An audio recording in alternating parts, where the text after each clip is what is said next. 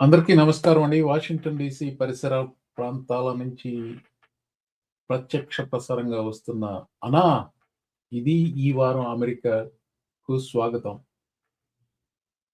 ఈరోజు తారీఖు ఫిబ్రవరి 22, 2026 సంవత్సరం. I always started my show back in the days. ఇది సప్తపది సినిమాలో పాట ఉంది. రేపల్లియ ఎద జల్లన పొంగిన రవళి నవరస మురళి ఆ నందన రవళి ఇదేనా ఆ మోహన మురళి. రేపల్లియ ఎదజల్లన మోహన మురళి నేనే. అది దాంతో బ్రేకింగ్ చేద్దామని ఎప్పుడు అనుకుంటూ ఉంటాను. బట్ ప్రాబ్లం ఏంటంటే YouTube will flag it for copyright violations. ఇందుకు వచ్చిన గోల్ అని చెప్పేసి I try to create one for my self అండి. AI. Listen to this. రేపల్లియ ఎదజల్లున పొంగిన రవళి నవరస మురళి ఆనందన మురళి ఇదేనా ఆ మురళి మోహన మురళి ఇదేనా మురళి రేపల్లియ ఎదజల్లున పొంగిన Ravali.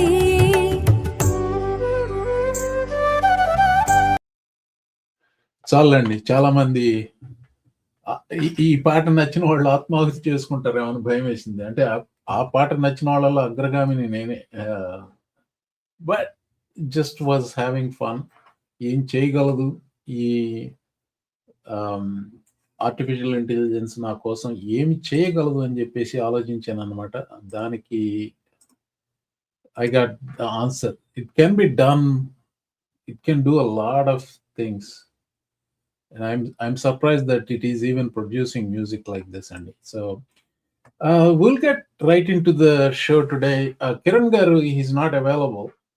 He's out of station. Antavaraku cheptanu nenu. And he's out of station. Alage appudu show mottam join avutunnaru Murali garu. Ayan kuda he's not available. So I'm flying solo. That means koncham నాకు అప్పుడప్పుడు ఉపశమనం కావాలి. యూజువల్గా ఏంటంటే నేను కొన్ని ముందుగా record చేసి పెట్టుకుంటాను. I wanted to do it today but I couldn't do it. I have to wing it like the old days and see how this goes. Solo అనమాట. Anyway, so let's get right into it అండి. So I have give me a second here. నా బ్రౌజర్కి ఏదో తేడా వచ్చింది. I may have to redo this. Okay, export to slides.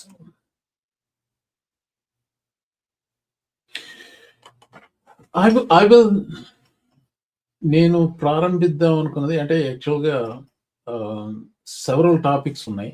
I will just give you A over view of the topics. మరి ఎంతవరకు cover చేయగలుగుతాను లేదా అన్నది నాకే సందేహం. I'll start with తెలుగు డయాస్పోరాకి సంబంధించింది, అమెరికాలో ఉండే తెలుగు డయాస్పోరాకి సంబంధించింది. Then supreme court tariff decisions అది చివరకు పెడతాను. Or maybe we should get it over with in the beginning itself. తర్వాత మీడియా సెన్సర్షిప్ గురించి 4 మొక్కలు చెప్పాలి. ముఖ్యంగా కోబేర్ లేట్ షోలో టెక్సస్ రిప్రజెంటేటివ్ జేమ్స్ టాలరీకి రావాల్సింది. దానికి సంబంధించిన ఫాలోఅవుట్ ఎఫ్సిసికి స్టీవెన్ కోబేర్కి మధ్య. FCC and CBS they are all on the same page. ఇక్కడ ట్రంప్ బోర్డ్ ఆఫ్ పీస్ గురించి 2 మొక్కలు. Board of peace what ever. నేను I actually wanted to put that in the titles. ఇదేం చూసారా తమ్నైల్లో కొంచెం కొంటగా పెడదాం అనుకున్నాను. కాకపోతే తమ్నైల్ అలాంటివి పెడితే యూట్యూబ్ ఒప్పుకోదట. ఆ కొంటే స్వేర్ పదాలు. కరప్షన్ స్కాండల్స్ కొంచెం మాట్లాడతాను. అలాగే ఎకనామిక్ డేటా కొంచెం వచ్చింది, దాని గురించి క్లుప్తంగా చెప్తాను. Immigration there are some items to discuss about. Epstein ఇన్వెస్టిగేషన్కి సంబంధించిన fallout. And then domestic politics, Congress, media, courts. ఇవి బ్రాడర్ టాపిక్స్ అనమాట. సో తెలుగు డయాస్పోరాతో మొదలు పెడదామండి. తెలుగు డయాస్పోరాలో let me see how I can get to this. One of the topics of most interest నేను చేసే వీడియోల్లో అంటే వ్యూస్ కౌంట్ బట్టి చెప్తున్నాను. యాదృచ్ఛికంగా కిరణ్ గారు నేను కలిపి షో చేస్తున్నాము. యాదృచ్ఛికంగా ఆయన ఉండే ప్రదేశం Frisco Texas has become some kind of a centre of discussion for Indian diaspora. నేనుంటేది వాషింగ్టన్ డీసీలో. So this is centre of everything. By the way, Washington DC అంటే ప్రాపర్ వాషింగ్టన్ డీసీ కాదండి. నేను వర్జీనియా సబర్బ్స్లో ఉంటాను. నా ఊరి పేరు చెప్తే ఎవరికి తెలియదు అని చెప్పి నేను నా ఊరి పేరు చెప్పను, వాషింగ్టన్ డీసీ అనే చెప్తాను. అంటే కిరణ్ గారు బేసికల్గా ఆయన he could have said Dallas, but he keeps saying Frisco. నేనుండే ఊరి పేరు సెంట్రల్ ఫేర్ఫాక్స్ కౌంటీలో ఉంటుంది.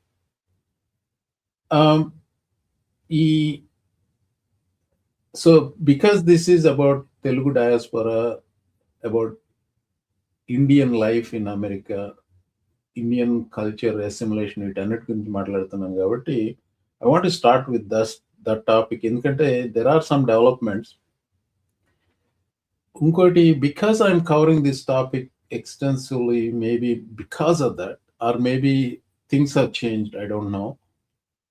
నేను ఫాలో అయ్యేది ఎక్కువగా ట్విట్టర్లో, న్యూస్ అన్ని ఎక్కువ ఫాలో అయ్యేది ట్విట్టర్లోనండి. నాకెప్పుడు వచ్చే ఫీడ్ అంతా న్యూస్ ఐటమ్స్ మీద వస్తాయి, plus people who I trust వాళ్ళ దగ్గర నుంచి వస్తాయి. ఉదాహరణకి రాన్ ఫిలిప్ కాస్కి అతన్ని ఎక్కువ ఫాలో అవుతూ ఉంటాను. అతను పెట్టే లింక్స్, అలాగే కొందరు వీడియోస్ ఎక్స్ట్రాక్ట్ చేసి పెడుతుంటారు, అవి ఎక్కువ వస్తూ ఉంటాయి నాకు. అలాగే New York times, wall street journal, వాటి ఫీడ్లు కూడా వస్తూ ఉంటాయి నాకు. బట్ ఇటీవల ఈ 1 వీక్లో ఈ టెక్సస్లో ఇండియన్స్ గురించి, అలాగే anti Pakistan sentiment, anti Islam sentiment, షరియాలా టెక్సస్లో కుమ్మేస్తున్నారు. అలాగే Texas governor he's cozy with Indians అని టెక్సస్ గవర్నర్ గ్రెగ్ అబాట్ మీద మీమ్స్, ఇలాంటివన్నీ వస్తున్నాయి నాకు. సో వీటన్నిటి గురించి, so first of all be mindful of the feed you get, social media feed you get.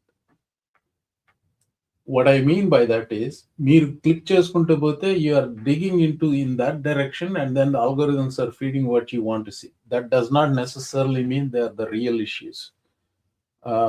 ఇక నాకు రావు గారు, ఎస్జి రావు గారు జాయిన్ అయ్యారు. 1 second అండి రావు గారు, I will add you to the discussion. So I am mindful of the feed. Just because I am following these stories, maybe it is feeding me. So ఎంతవరకు importance ఉంటుందో లేదా అనేది గురించి నాకే సందిగ్ధంలో ఉన్నాను. కానీ ఒకే అంశం, ఈ సరా గంజాలెస్ స్టోరీ 1 month బ్యాక్ ఎప్పుడు కవర్ చేశాం కదా, that got in to Fox News. That is a bigger issue. అది కవర్ చేద్దాం అన్న ఉద్దేశంతోనే చెప్తున్నా. But first of all I want to set you up for ఒక నిమిషం ముందు ఎస్జి రావు గారిని యాడ్ చేస్తాను. సుబ్బారావు గారు. మోహన్ గారు, మీరు చెప్పాల్సింది చెప్పేసండి, నేను అప్పుడు కామెంట్స్ నేను చెప్తానండి. Okay, so yeah, thank you. So stay in the background. So I will say this, Andy. First and the foremost, I'm not trying to say these are all huge deals. I have my own opinion. So let me play this thing that is coming in my feed. That doesn't mean that I am alarmed about it. Okay, I just want to have a conversation about it. Antwaraku matrame cheptanu. Come on. Okay, share this tab. I will get to this. Idandi the Dallas cattle statues were built to honor settlers driving longhorn across open plains. fast forward 150 years now, serving as the backdrop for Telugu TikTok dance routines. Actually, I kind of enjoyed this dance, but I don't know what the problem of this person is. I don't know if she is she or a he or a bot, we don't know. 6,800 followers, but it did come across my feed. I want to show this.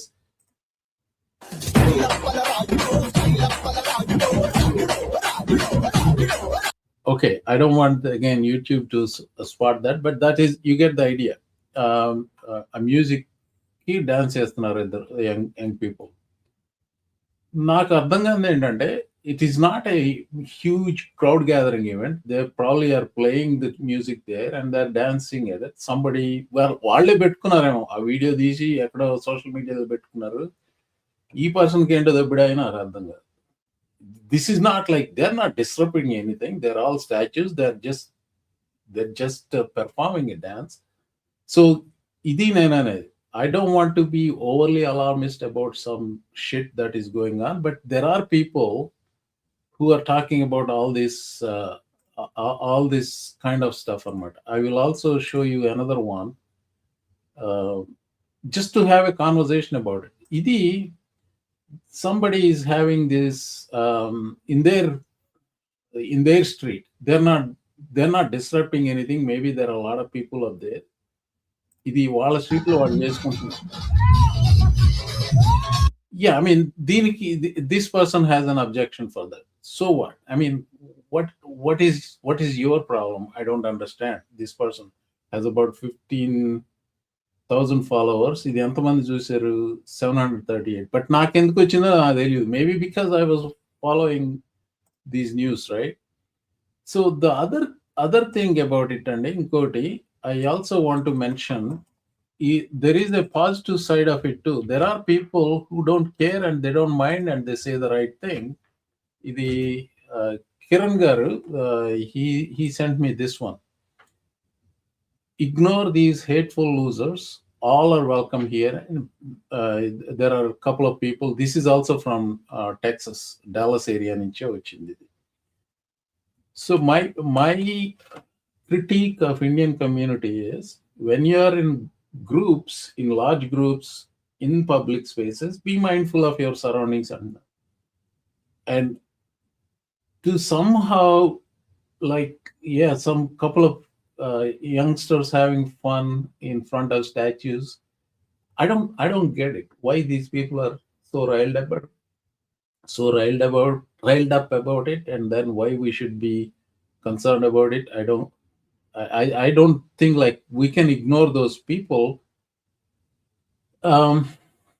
Like you have to remember, there are people, nice people like this, who don't look at it that way. ఇంకోటి ఈ Cisco city council meeting ఏంటో నాకు తెలియదు. 2 వారాలు కూడా ఉంటుందేమో నాకు తెలియదు. మళ్ళీ ఆ పాలసియోనో గై ఆల్సో February 17th ఏదో మీటింగ్ అయింది, దానికి వెళ్ళాడు, ఏదో కూర్చాడు. I watched that and I said, like, maybe I shouldn't be giving too much airtime for him. Problem is, I did mention that he made it to Dallas Morning News. And here is the problem I am having with Ivanni. These are not necessarily worth paying too much attention. And lesser influencer people,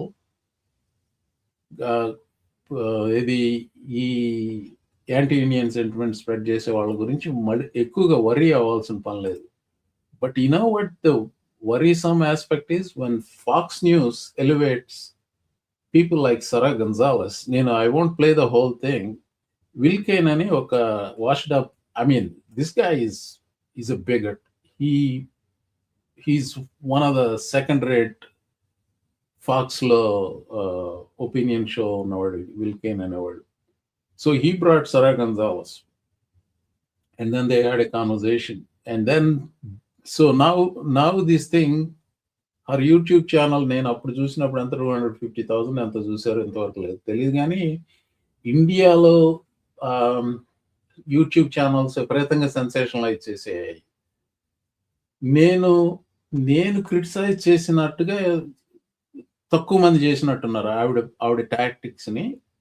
but lot of the things what I am saying is everybody decided like ఆవిడ story కరెక్టే, rampant fraud జరుగుతుంది H1B.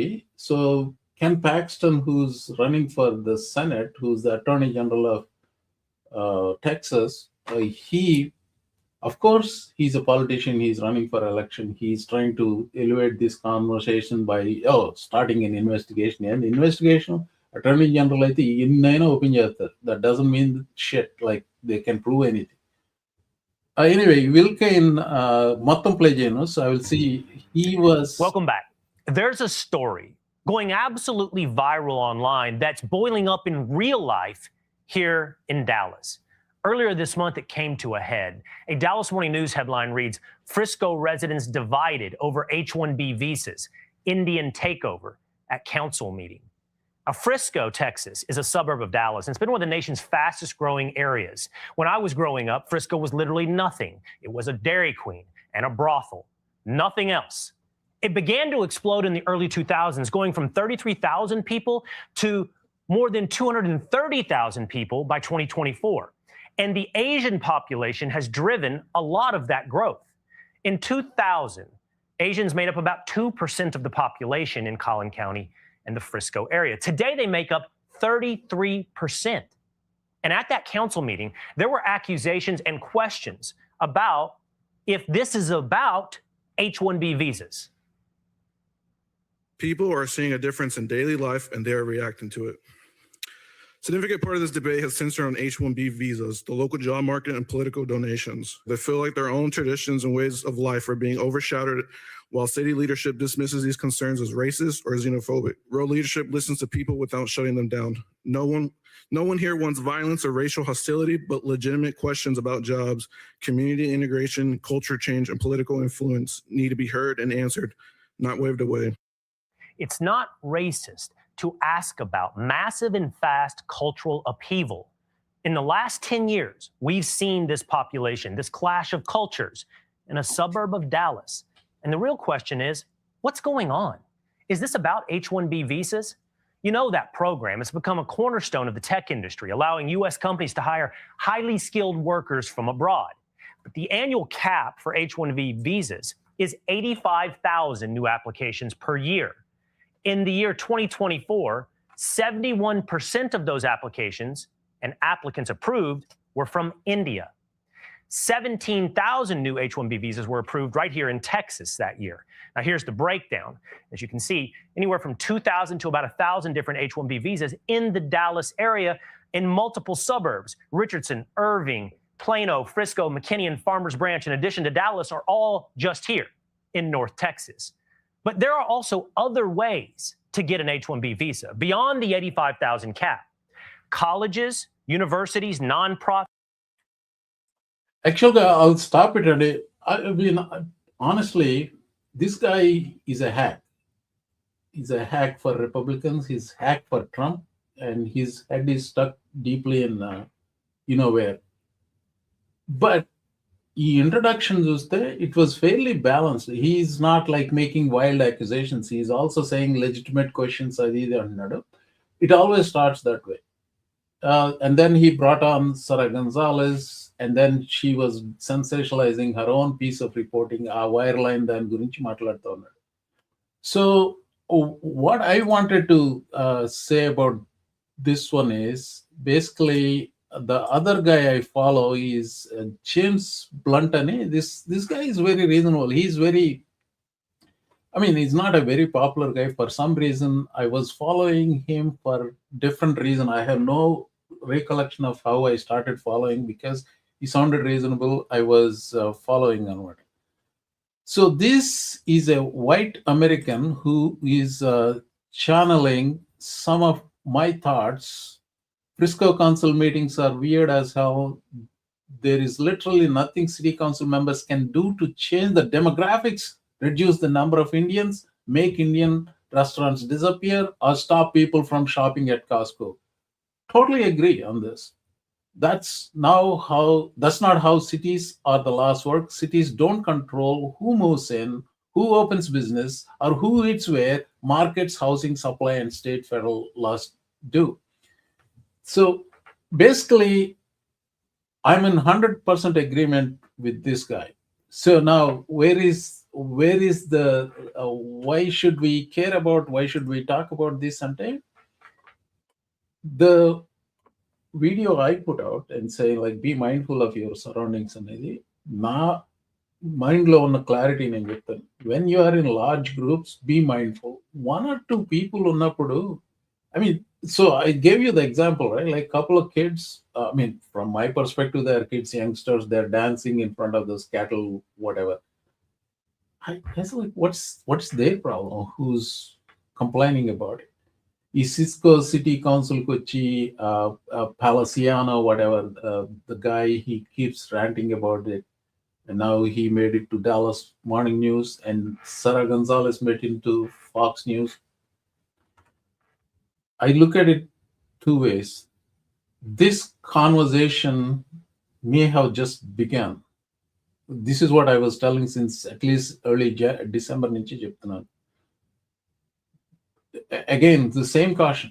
When you're in large groups, be mindful of your surroundings. But in general, ఏమండి మాసం తింటున్నామని, by the way, you cannot stop this social media viral phenomenon.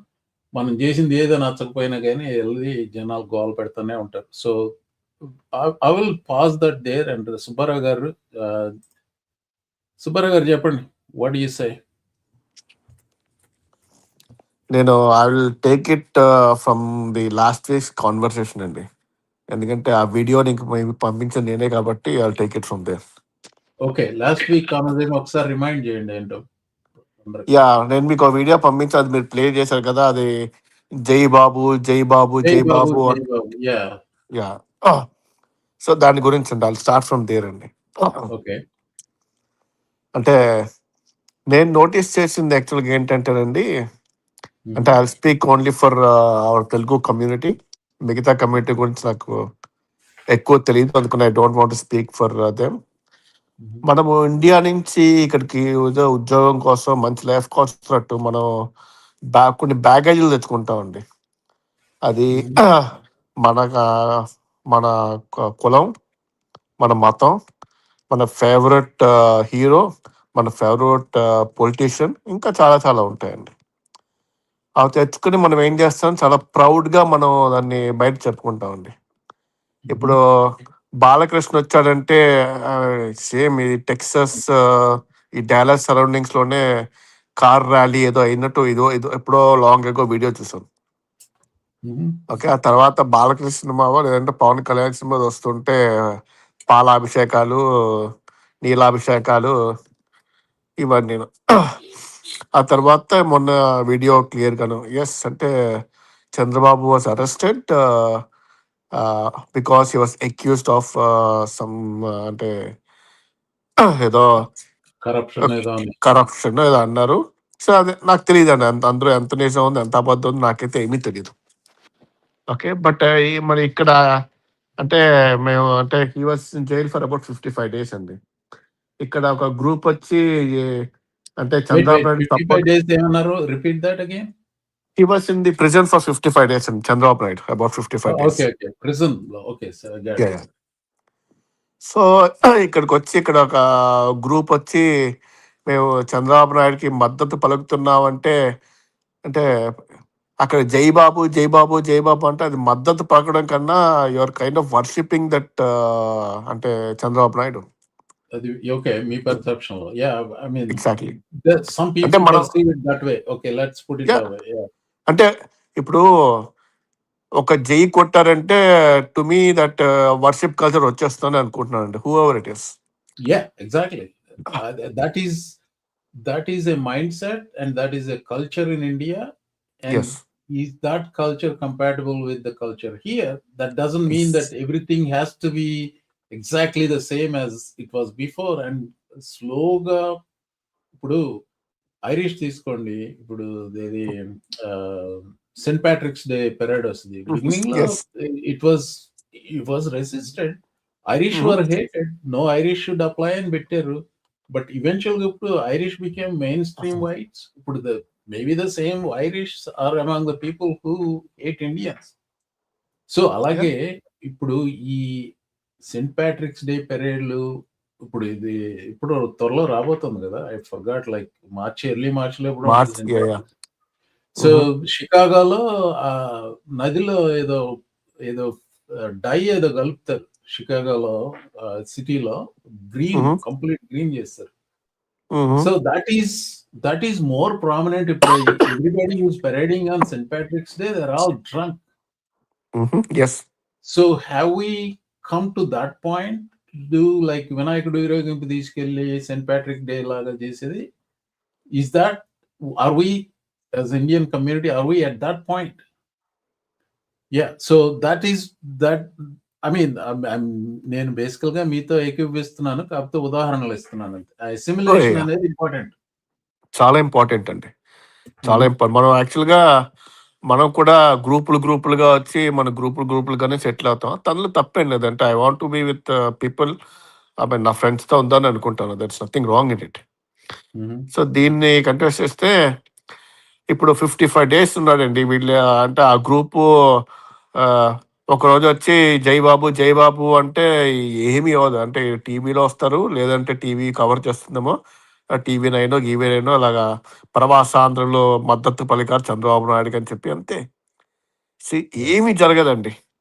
So basically these people, 55 days చేయమని చెప్పండి. If they're serious about it, let them do all the 55 days. ఏమీ చేయరండి. ఎందుకంటే, and I hate to say this అండి, I bet the people who protested there, most of the people belong to one community అండి. I don't have the numbers. Okay, I'm just throwing up, but I don't have any doubts. చెప్పారు కాబట్టి I have to address one of the comments. Pause your thought అండి. మీరు I think you said మన కులం మన hero అన్నారు కదా. So is probably the comment is probably thinking like మీరు నేను ఒకటే కులం అన్నట్టుగా. This is how the conversation. మీరు జనరలైజ్ గా మాట్లాడుతుంటే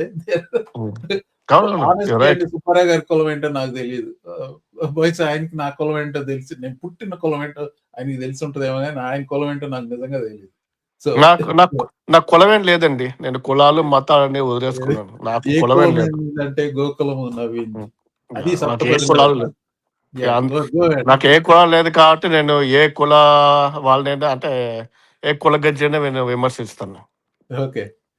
సో యాక్చువల్గా మనకి ఈ వర్షిప్ మెంటాలిటీ చూసారు, అది ఒకటి డ్రాబ్యాక్ అండి. మనం ఎక్కడ వచ్చినాం అంటే ఇలాగ ఇంకో దేశానికి వచ్చి మనం వాళ్ళతో కలిసిపోతాం, అంటే సిటిజన్షిప్ తీసుకున్నంత మాత్రాన మనం వాళ్ళతో కలిసిపోయినట్టు కాదండి. Okay, even today our skin color does not change. Okay, మన accent కూడా, at least the first generation of the people, we still have that thick accent. Okay, మనం కలిసిపోయి జబ్బలు తెచ్చుకొని, నాకు US పాస్పోర్ట్ జబ్బలు తెచ్చుకోవడం తప్ప అవతల వాళ్ళు చూడరండి. ఇది మీరు నేను బయటికి వెళ్తే కూడా అంటే మన H1 కింద చూస్తారండి, ఎందుకంటే no one knows what our immigration status is. నేను ఇంకోటి చెప్పమంటారా, మనం ఎంత బయట వాళ్ళే కాదు, అంటే ఇప్పుడు కొంచెం నేను ఏజ్డ్ గా కనపడుతున్నాను కాబట్టి ఇప్పుడు అట్లేదు, కానీ 10-15 years ago అందరూ నువ్వు చేసేది ఐటీయేనా, ఏ ప్లాట్ఫామ్ మీద పని చేస్తావు అంటే నేను జోకులు వేసేవాడిని దాని గురించి. అంటే ఐటీ అని అంటే అదే కాదండి నేను చేసేది, నేను ప్లాట్ఫామ్ మీద పని చేయాల్సిన అవసరం నాకు లేదు, నాకు మంచి జాబ్ ఉంది.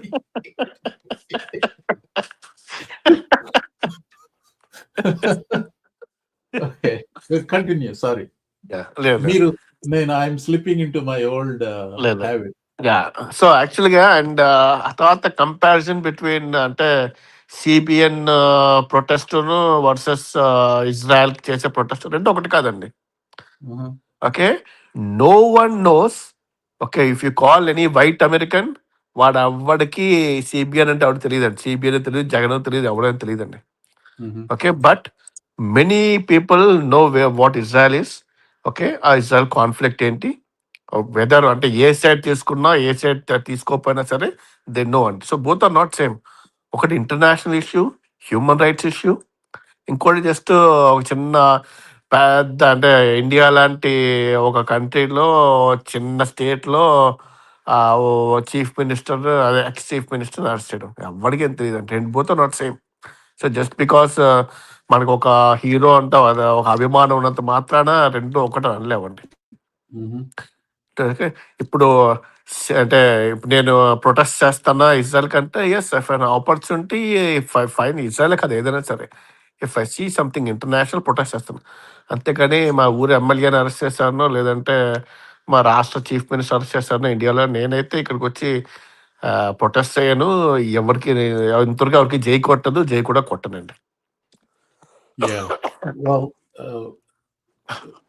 thanks for sharing that opinion, and I don't think I disagree with you in any way, shape, or form on everything you said. Yeah, I want to close on this topic. I just want to give some let me get to this. Maybe one last side అండి మోహన్ గారు. చెప్పండి. ఏంటంటే anything that we do okay యుఎస్లో ఏ చేసినా సరే we have to be mindful అండి. ఎందుకంటే whatever we do we're branding another group అండి. Okay a group called Indians, brown skin Indians.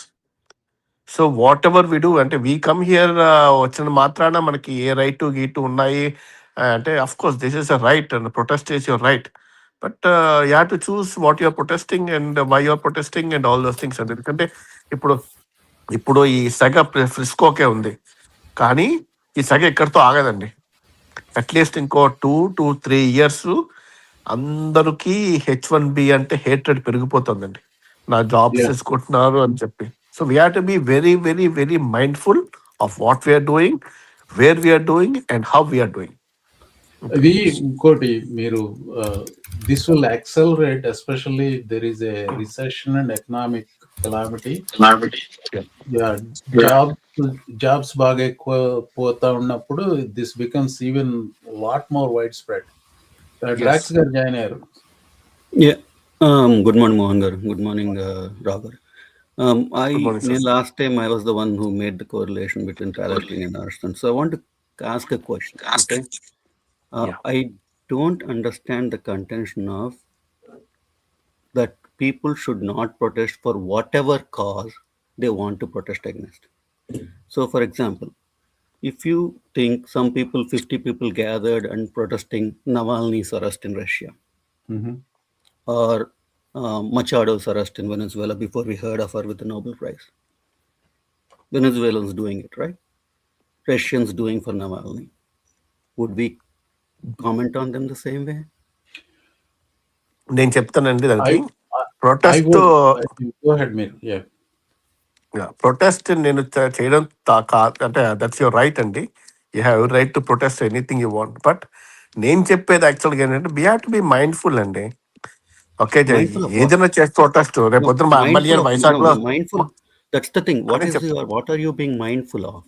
చెప్తానండి. యా, ఈ ప్రొటెస్ట్ వల్ల యాక్చువల్గా ఏంటంటే గ్రూప్ వచ్చి జై సిబిఎన్ జై సిబిఎన్ ఇది ఈ ప్రొటెస్ట్ అంటే అంటే మనకు ఉన్న ఒక భక్తిని చాటుకోవడం లాగే ఉందండి. And on top of that already ఈ H1B వీళ్ళ మీద హేట్రెడ్ ఉంది. ఇది ఎప్పటి నుంచి, ఇది కొత్తదేం కాదండి, ఇట్స్ ఐ మీన్ అప్పటి నుంచే ఉంది. Let me clarify. You are confusing two different things. Okay, ఒకటి ఏంటంటే I'm not supporting the guys or the person who is going and protesting CBN and saying, oh, it's a rightful one and all that, and it has value. I'm not doing that. What I'm saying is there are two different topics. Okay, ఒకటేమో what is the potential use of his protest, ఏమన్నా పనికి వస్తుందా, దానివల్ల ఏమైనా లాభం ఉంటుందా, అదొకటి. ఇంకోటి the right to protest. Two different things, right? What we are conflating here is we are mixing up saying this is an useless protest, it doesn't have any use, you're only doing it for one day of the 54 days, దీనికి ఏమీ లేదు except you trying to oppose your points. The same thing I can make for the protest if you're supporting Navalny in Russia, or if you're supporting Venezuelan opposition in Of course, Andy. because it doesn't change any ground realities, right? So mana proximity valla we just feel closer to this topic and we feel like we want to criticize it, but you have to look at it in a larger point, right? As an American, what you're doing here are being a part of this body politic, right? He might not even be a citizen. A resident staying in this land, and the First Amendment, which gives the right to every resident of this land, irrespective of their citizenship, is that if you feel strongly about something, it need not be justified. You don't need to justify your allegiance or your reason for protest. I think it is a. I wanted to make this point very clear last time. Sometimes we are so critical of these things because we are so proximal to those things, right? అదన్నా ఇదే protest మనం Russians రెమాలిక్ చేస్తుంటే we won't criticize them. We'll say, oh, there is an opposition resident who's been persecuted by Putin, and oh, these guys are nice, they're protesting. If someone Venezuelans do it for their opposition leader, we wouldn't criticize them. Master But మీరు when it comes to యాక్చువల్గా us, నేను ఆ question అంటే protest చేసే right నేను question చేయట్లేదండి, కానీ మీరు అదే చెప్తున్నారు. ఒక you're sticking to the international topic, ఇష్యూని right? I said, మా ఊరు అలా కాదు, మా ఊరు ఎమ్మెల్యేని అరెస్ట్ చేస్తాను ఇక్కడ నేను అంటే ప్రొటెస్ట్ చేస్తాను 50 మంది అంటే అంటే చెయ్యొచ్చు that's their అన్న right. రైటే. వాళ్ళ పిచ్చి కాదండి, వాళ్ళ అవును, అది పిచ్చి, నా అది రైటే. నేను చెప్పేది అది పిచ్చి అంటున్నానండి, ఆ పిచ్చి తగ్గించుకోవాలంటున్నాను. ఎందుకంటే ఈ పిచ్చి వల్ల ఇలాంటి వీడియోస్ అన్ని బయటకు వచ్చి అంటే యాక్చువల్గా ఏంటంటే ఇప్పుడు No, that is impossible to I mean, police. That is let me impossible to interject police. here. Let me interject here.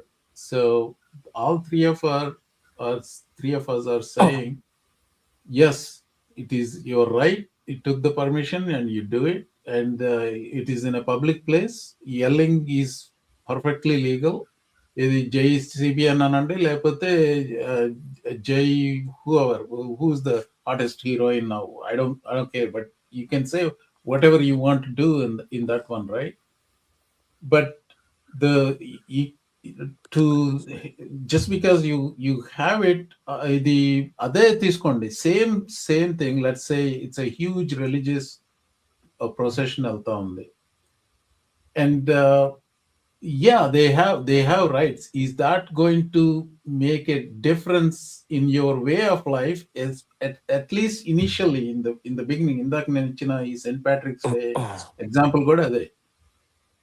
So why invite trouble అనేది, it's a pragmatic approach as opposed to saying this is my right, I will do whatever the hell I want అనేది. That is where I think I don't want to put words in Subbarao gaరి mouth, but that is what I think he's saying. that's right అండి. Mohan gar, exact. I used to think like that. That's why I'm saying this is an evolution in my thought. What I'm saying is we can't be model citizens enough. You can be the best model citizen, but the moment you disagree with any of their points, you will face the same reaction. The case in point is Vivek Ramaswamy. I totally agree with you. I'm not disagreeing with you on the exercise of rights. So why should we be I'm careful saying then? show some judgment అంటున్నాను నేను. Mohan garu, what is the judgment we are using then? What is the judgment? We are trying to affirm to every rule they set. We are trying to be model citizens, and they still treat us the way they treat us. What are we gaining? Might as well live their life. Can I elevate the elevator, whatever, maybe distract the conversation, but this is also important. I had a meeting this week.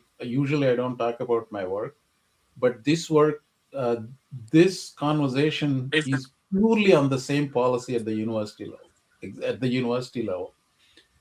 I'm not a decision maker, but I am also an important player that they seek my input and they want to hear what I have to say when they revise the policy. It has exactly everything to deal with some free speech కి సంబంధించింది, ఇలాంటి వాటికి సంబంధించింది. Now, I told you my two hats. As a community person, I think differently. As somebody who's protecting the rights of my students, which is my obligation, I will exactly say the same thing. మీరు అన్నదే నేను అక్కడ చెప్తున్నాను. నేను in that conversation, that is what I am saying. Okay, students have every right to do that on my campus. If they are yelling about Chandrababu Naidu's, go for it.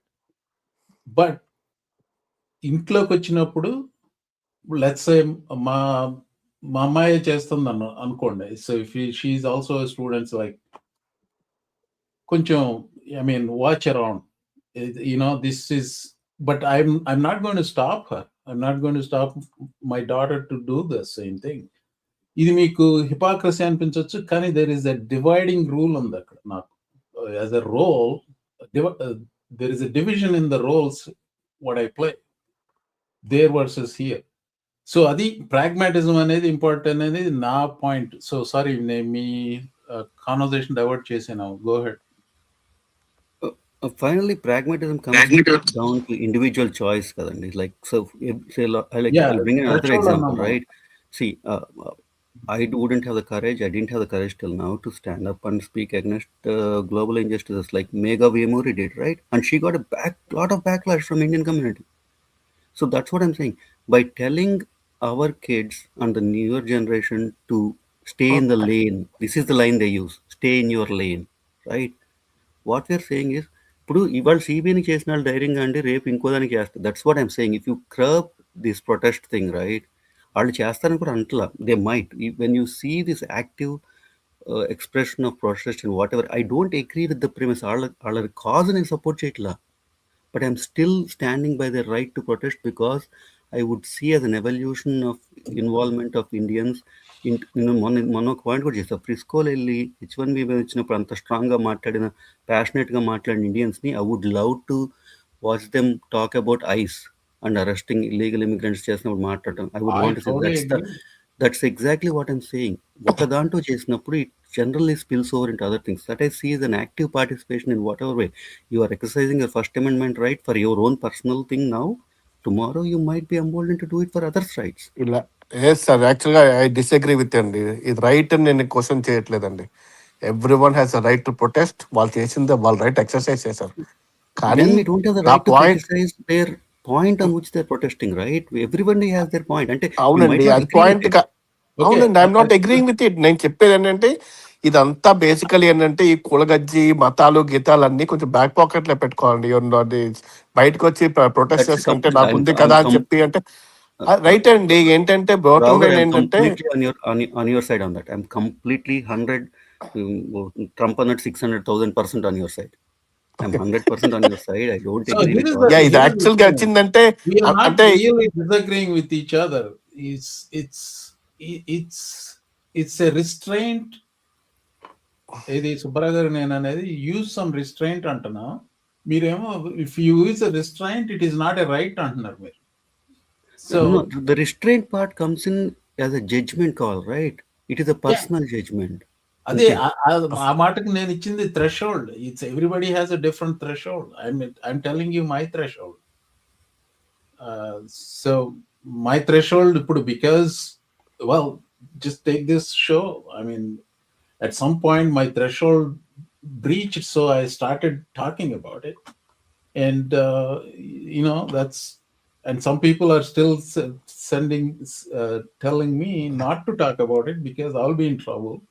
ఒకటి concern తో, ఇంకోళ్ళేమో బెదిరింపులు కూడా వస్తూ ఉంటాయి.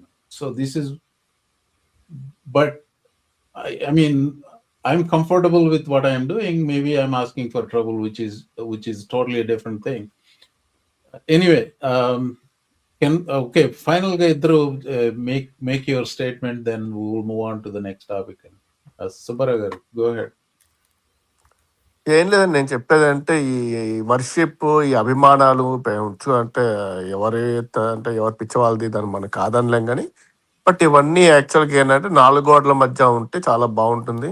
ఆ 4 గోడల నుంచి బయటకు వచ్చింది అంటే వాళ్ళు ఎగతాళి చేస్తారు. ఐ మీన్ ఏదైనా చేయొచ్చండి. సో ఎగతాళి చేయటం is the least offensive. Yeah, Okay. Yeah. Drax garu.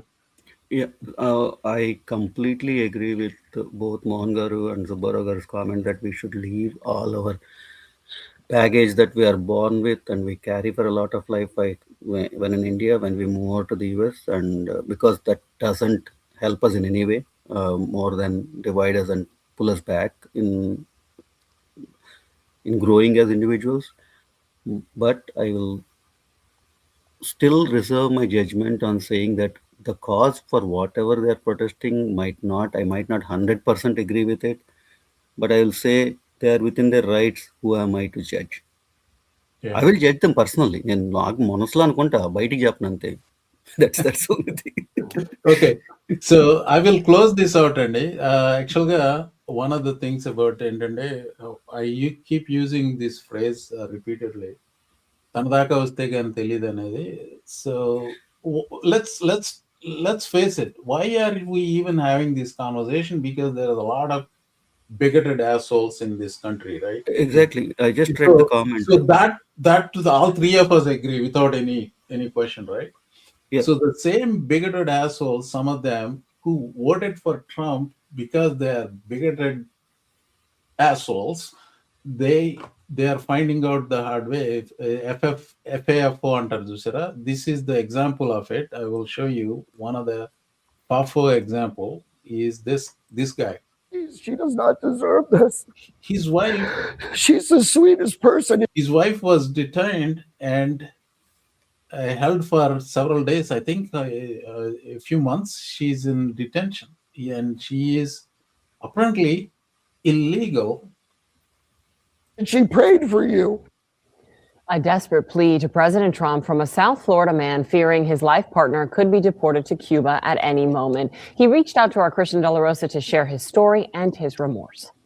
It's been 8 months. I didn't know a man could cry this much. I did not think that this would happen. Wayne DeMario has been working overtime at a Southwest Miami-Dade guitar shop, trying to distract himself from his pain and regret. I hate to see her going through this. She's my best friend. His life partner of nearly 20 years, Yamile Alcantu, originally from Cuba, ICE detained her back in June. 8 months that she's been taken. I call it kidnapped because it basically is. He says it happened during what they thought was just another immigration check-in. They grabbed her, put her in shackles and chains. She'd been checking in annually, as so many do, hoping to fix her status. She lost her legal residency and got a deportation order back in 2008 after a traffic stop. They go through her purse and then they dump the purse out and 3 Xanax pills fall out. But in those years, he says, they didn't think much of it. Cuban's not going to get deported, so don't worry about it. Today, DHS has her listed among the worst of the worst, a criminal arrested for dangerous drugs in possession. Wayne feels it's a slap in the face. I didn't vote for this, but I definitely voted Republican. He says both were staunch supporters of President Trump. When you said I didn't vote for this, what did you think you had voted for? I really thought this was just going to be something organized, but it's obviously not. They just blanket everybody. Alcantu calling from her detention facility in Louisiana. So that's sad, but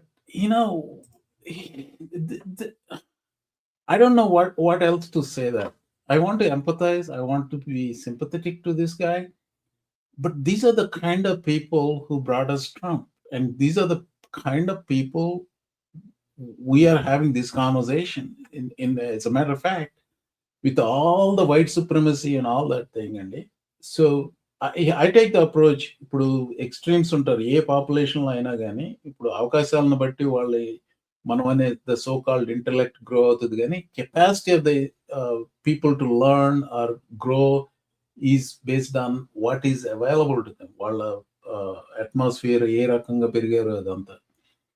so ఇక్కడ 20% smart people, extremely smart people ఇండియాలో ఉంటారు, 20% extremely smart people అమెరికాలోనే ఉంటారు.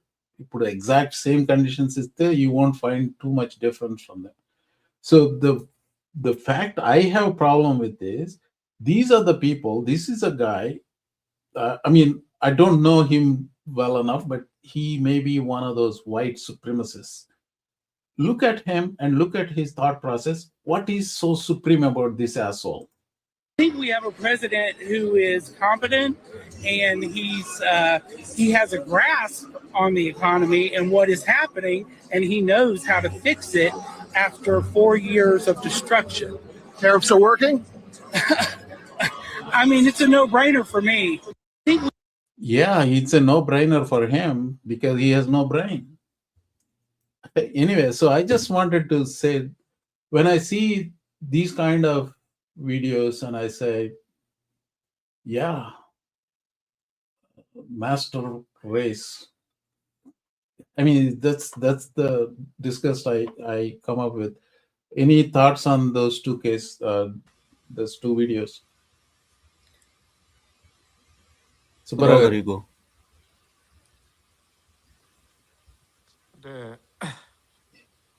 ఒకటి first మీరు చూపించిన video పాపం అనిపించింది, but if he voted for Trump, I mean వాడు పోయి వాడే తవ్వుకున్నాడు. That's nothing. అంటే ఇప్పుడు ఏడ్చి రాపలేదు, అంటే ఇల్లు కాలేక ఏదో పట్టుకున్న టైప్ లో ఉందన్నమాట. I mean these are all the people who got. మీదే జిల్లా అండి? మా రూట్స్ గోదావరి అండి. గోదావరి అంటే అది మా గుంటూరు జిల్లా. అది మీకు వచ్చిందా, లేకపోతే మీరు కూడా వాడతారు అది?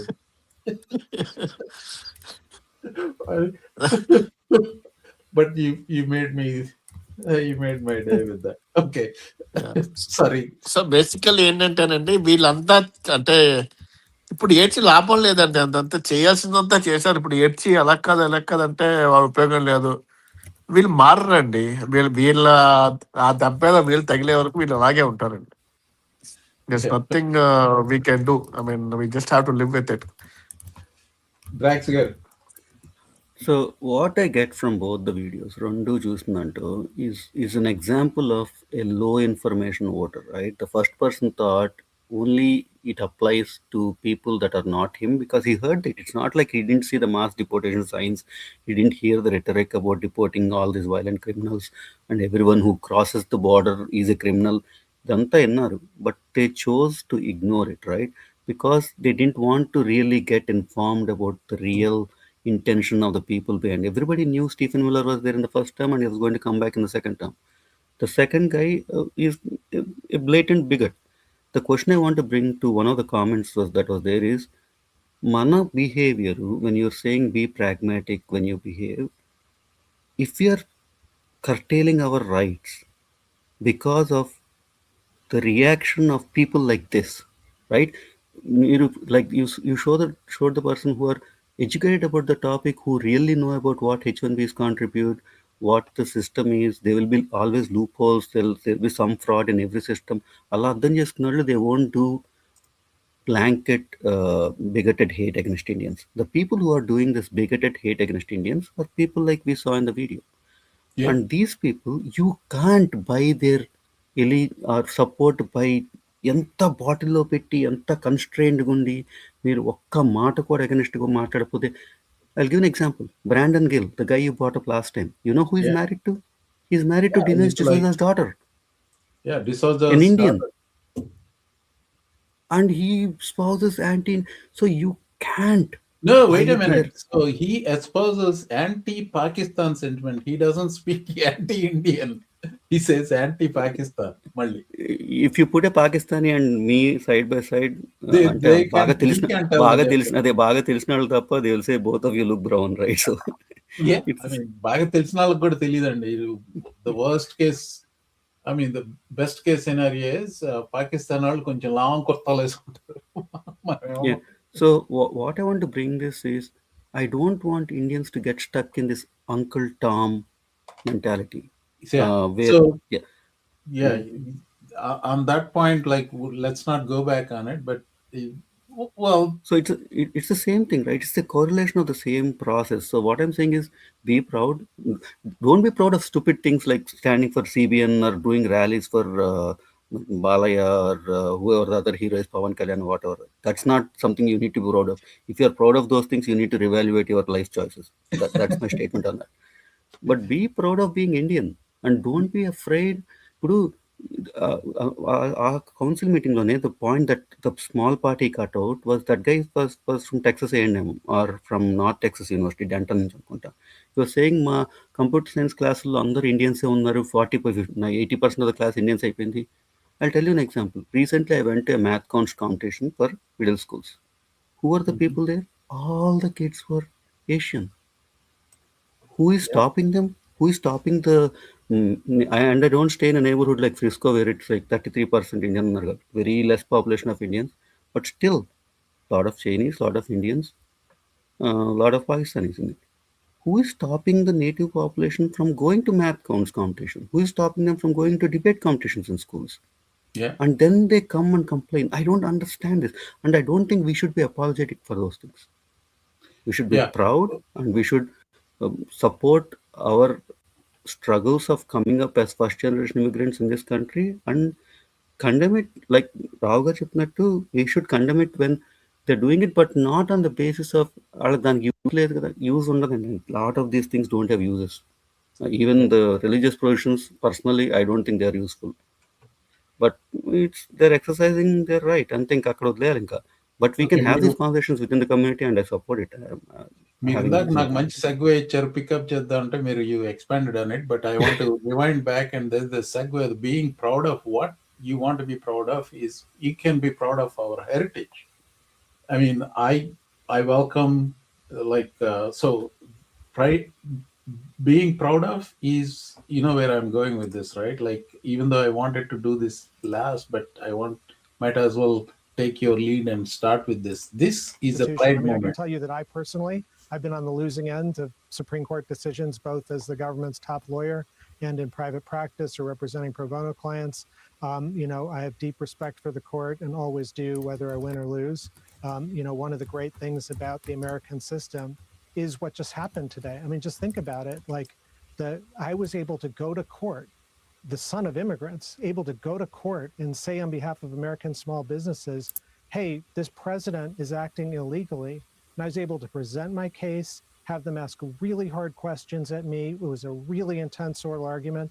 And at the end of it, they voted and we won. That is something so extraordinary about this country. The idea that we have a system that self-corrects, that allows us to say, you might be the most powerful man in the world, but you still can't break the Constitution. I mean, that to me is what today is about. So that's, I mean, I can tell you that I personally, I've been on the that's the pride moment for Indian community. And so, I mean, I already put out a video about him. I don't want to expand more on it. But just quickly, what do you say a couple of words about Neil Katyal? By the way, that is Neil Katyal, the attorney who argued on behalf of the small businesses and prevailed against Trump on Trump illegal tariffs. Yeah. Subaragar.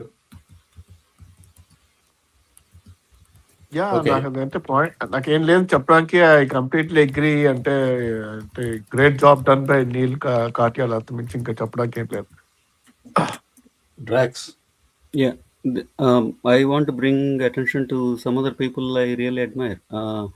If you have heard of, like, Neil Katyal is a prime example, former Solicitor General, very well known, popular, but there are other people who are coming out from the Indian community that are doing great work standing up for immigrant rights. An example is Elora Mukherjee, right, from Columbia Law School.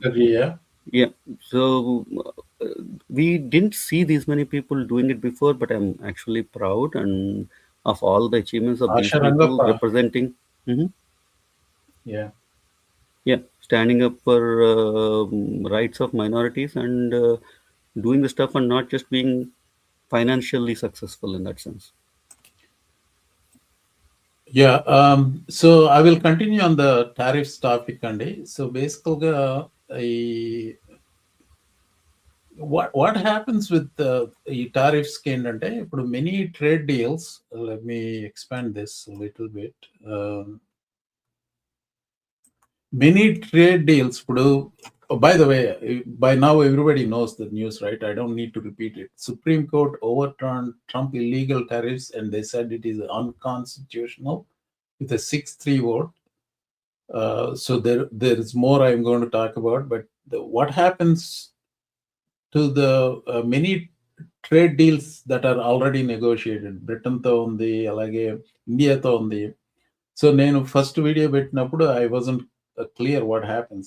Apparently, India trade deal ఒప్పుకున్నదంతా it fell apart, even though Modi, in my opinion, Modi showed poor judgment and going with it.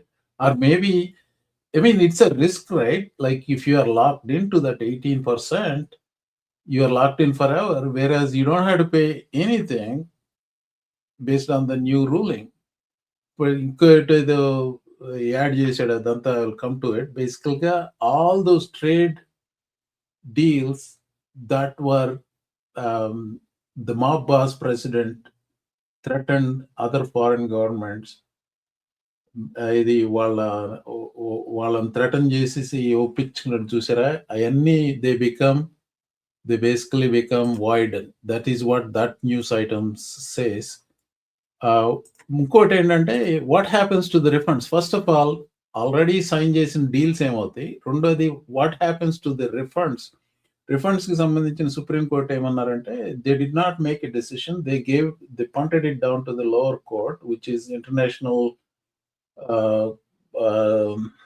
Court of trade ఏదో ఉంది, దానికి పంట చేశారు. So what happens to that అనేది ఇప్పుడు కొంతమంది అనుకోవడం, does the consumer get it? నేను మొన్న ఎర్లీ జనవరిలో పెట్టిన దాంట్లో చెప్పాడు, I doubt if the consumer is going to get it, even if the supreme court says like the consumer the tariffs have to be refunded అనేది. But here is what this Justin Wolfers, he's a Michigan State lono, University of Michigan lono, he's a professor of economics. His Australian accent allow ఉంటుంది. So watch what he's saying. He's agreeing with me.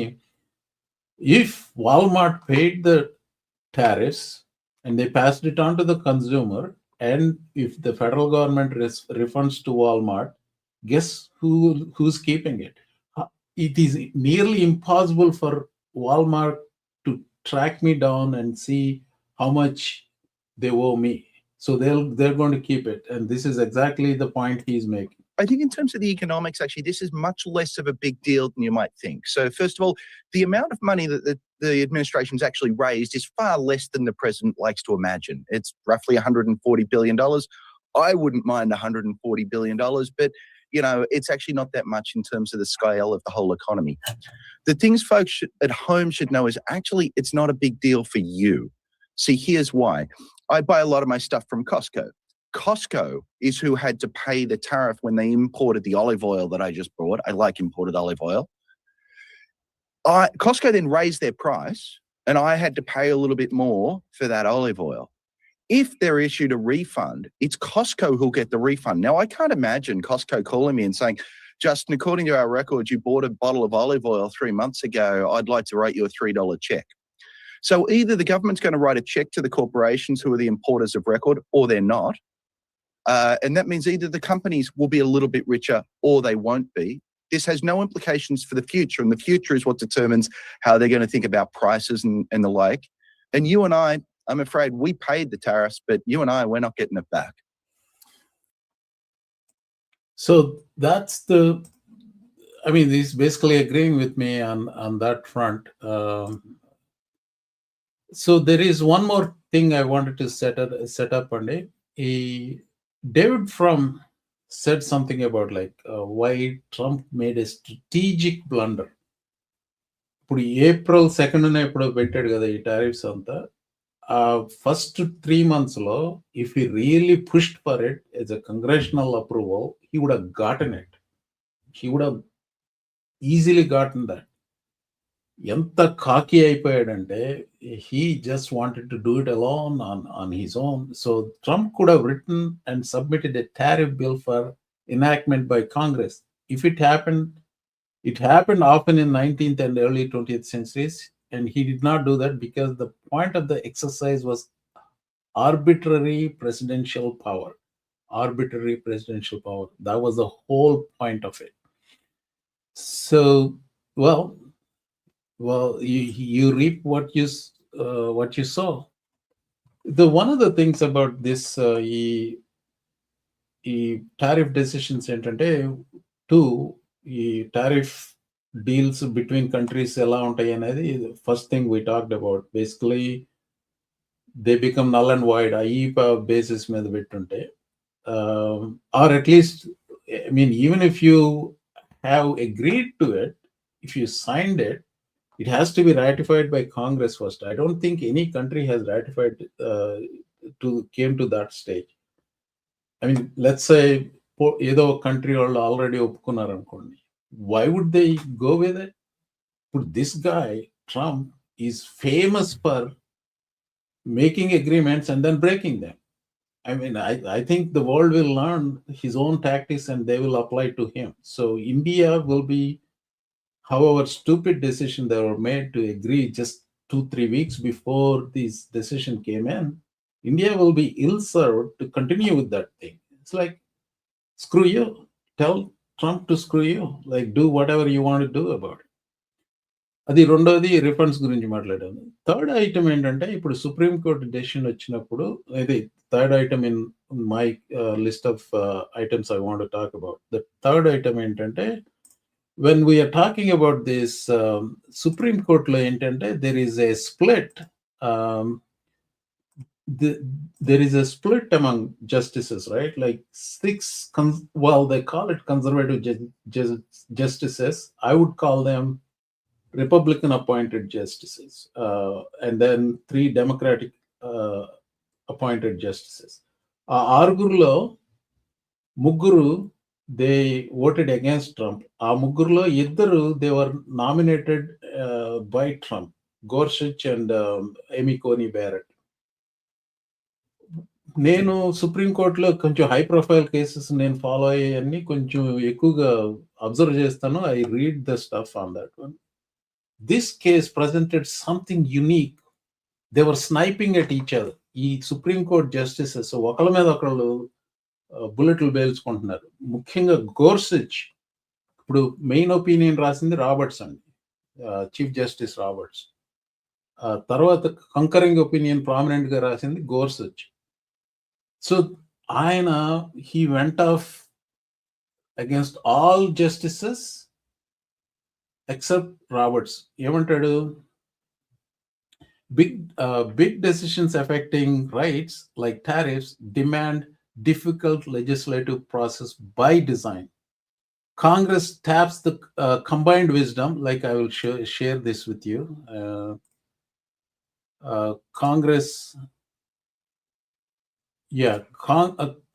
Congress taps the combined wisdom of representatives, not just one faction or man. That is bold for him. Gorsuch was nominated by Trump and got approved, right? Like he is basically calling out Trump. He said one faction or one man. This is like one faction here. He is talking about Republican Party. One man is talking about Trump. To temper impulse and hammer out compromises. Law needs broad support to endure, giving ordinary people stability rather than rules that shift day to day. So see this language, rather than rules that shift day to day. Have you seen what Trump has done like the entire last year about tariffs? Day to day, hour to hour. అంతెందుకండి, ఇది వచ్చిన తర్వాత నువ్వు నన్ను కాదంటావా? I have some funny videos to show you. కాదంటావా, ఇది కుదరదు అంటున్నావు కాబట్టి 10% వేస్తా అన్నాడు. కొద్ది గంటల తర్వాత మళ్ళీ వచ్చి లేదు ఆ సెక్షన్ 221 ఏదో ఉంది, దాని ప్రకారం నేను 15% చేస్తాను అంటున్నాడు. దానికి లిమిట్ 150 days ఉంది. సో డే టు డే కాదు, అవర్ టు అవర్ మారింది. This guy is a madman. This guy doesn't have mental stability. అలాంటి వాడు president. But whatever it is, he believes in tariffs, and he tried to like extort every country in the world. ఇక్కడ అమెరికాలో అయితే ఇక్కడ నీ citizenship పీకేస్తప్పుడు నాకేమన్నా పెడతాడు అనుకోండి, నీ న్యాచురలైజ్ సిటిజన్షిప్ తీసేస్తానని నన్ను బెదిరిస్తాడు, నా బట్టి ఎవరిని బెదిరిస్తున్నాడు. అలాగే కాంగ్రెస్ని బెదిరిస్తాడు, అందరినీ బెదిరింపుడే. ఇంటర్నేషనల్ గా ఆ లేవరేజ్ లేదు, దానికోసం ఈ టారిఫ్స్ పెట్టాడు. That is what I have been saying forever. So I'll take a pause and then see what you guys think. There is a lot more to talk about this mutual sniping among justices and left. So okay, Drax, you are my co-host today. I hereby appoint you as my co-host today. Okay. What was your first? I hope I do as good a job as Karan Garu does every day, every week. But what was your initial question? My initial question is just generally what your thoughts about like so the ruling. Yes, the ruling law. Yeah, I had a thought. నేను 3 points చెప్పాను. ఇప్పుడు ఆ 3 పాయింట్లు దేని గురించి అన్న pick చేయండి. First ఏంటంటే ఇంటర్నేషనల్ ట్రేడ్ డీల్స్ కి ఏమవుతుంది, ఇప్పుడు రెండోది రిఫండ్స్ కి ఏమవుతుంది, మూడోది what is this in fighting among supreme court justices. Okay. Yeah, you also made one point I wanted to address. Actually, you said last April, instead of going it alone, he that's the fourth point. Yeah, he could have done this through the Congress. It wouldn't have done much good. The smooth Hawley tariffs work spread to the Congress. Well, the president was opposed to them at the time. Mhm. Whoever was opposed to the tariffs, he had to sign them into law because the Congress passed it and they had devastating effects. ఎలా వెళ్ళినా కానీ ఏ చెప్పుతో కొట్టినా తగిలేదు మనకి. It would not. It would. He would. If he had gone through Congress, he would have been like, నేను కదా వాళ్ళు ఒప్పుకున్నారు చూడండి అంటానికి ఉండేదేమో కానీ pass the blame కి. But Congress would have been hard pressed to pass it because they were the ones facing elections, not Trump. And most of them knew it was going to be a hard election if they passed the tariffs. Even though if he could have pushed it through, just like he pushed the bill through, right? So అది పక్కన పెడితే it would have been hard task. That's why he didn't go through legislative road because it would be really difficult for him to get it done because they would have been standouts and that would have been hard, especially in the Senate. Andukani that's why. And the other thing is he always believed in this. I don't know if he knew it or the people around him made him believe it. This unitary executive principle that the president is kind of the Article 2 gives him broad powers. He's almost like a king without the title type of feel out. That's I think a lot of people on the right believe it when their president is in power and they don't believe it when the opposite Yeah, president is in దానికి power. మళ్ళీ కొత్తది actually sorry to stop you.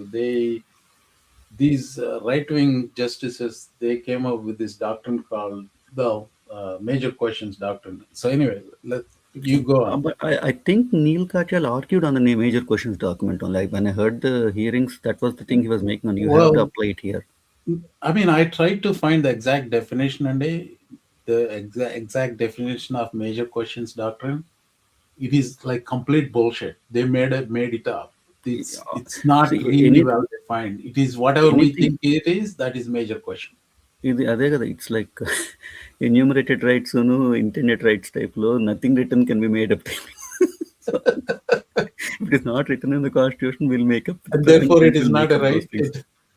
Yeah, we'll make it up, right? Yeah.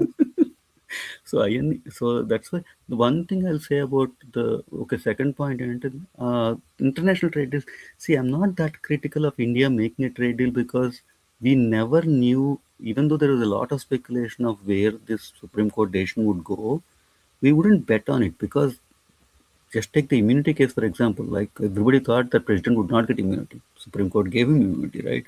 Even though they qualified it in multiple ways. So we never know where it is going, and they played with the best hand they had at that point of time. Now, retrospectively, choose manaki, it might seem useless, but then if it negates it, there's no loss, no foul, right? If the deal is negotiated and there's no tariffs, there's no loss. Okay, loss of face ala ante, that's okay. With this guy, maybe we might lose face sometimes, but it's okay in the long run. Third, and he made like stupid, that news conference was bonkers. He said like Pakistan said 35 million people were going to die. We stopped. Like I was like, okay. అదే కొత్తది కాదు కదా. What the 35? Where is this numbers come? 35 million people. Anyway, inko point what he was making was, I have all the right to do all these things. We'll see. Let's see. I want him to try everything. I want him to keep the tariffs on against the Supreme Court rulings. So he's carrying the whole weight of his decisions on his own and no one to blame. I mean, ఇంకో మాట చెప్పమంటారా, Supreme Court gave him an easy way out of this nonsense, and then he wants to extend this for another 150 days. Yeah. So I mean, this guy is incorrigible, and no, the point is, that's why he doesn't have a redemption arc. This guy doesn't have a redemption arc kind of thing. He's basically going because he realizes he doesn't have an election. He's not going to run another time. So he's just onto the knee. He wants to prove that he's right and we are all wrong. Yeah. He in his head he's like George Costanza, right? If you believe it, it's not a lie type law. Seinfeld నుంచి. Okay. So I mean, మీరు bonkers ఆ news conference bonkers లోనే 2 clips అండి. So I want to share them with you. Here is one, and in this he talks about his brain power. Oh.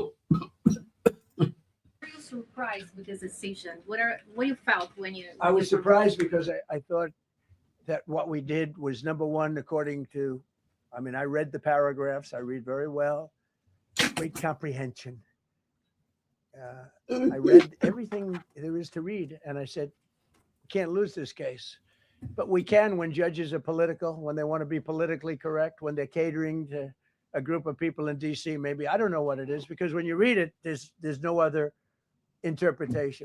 There is no other interpretation. Are you surprised? He read the paragraph. He comprehends well. It's what the hell? There is one more actually. Let me Yeah, pull Mohan, that up. I just need to drop off. I'll try to join back once again. Yeah. So I will continue with this, but Yes, sure. yeah. So he in the same setup and for the tariffs crap. So he is talking about Supreme Court justices who voted against him.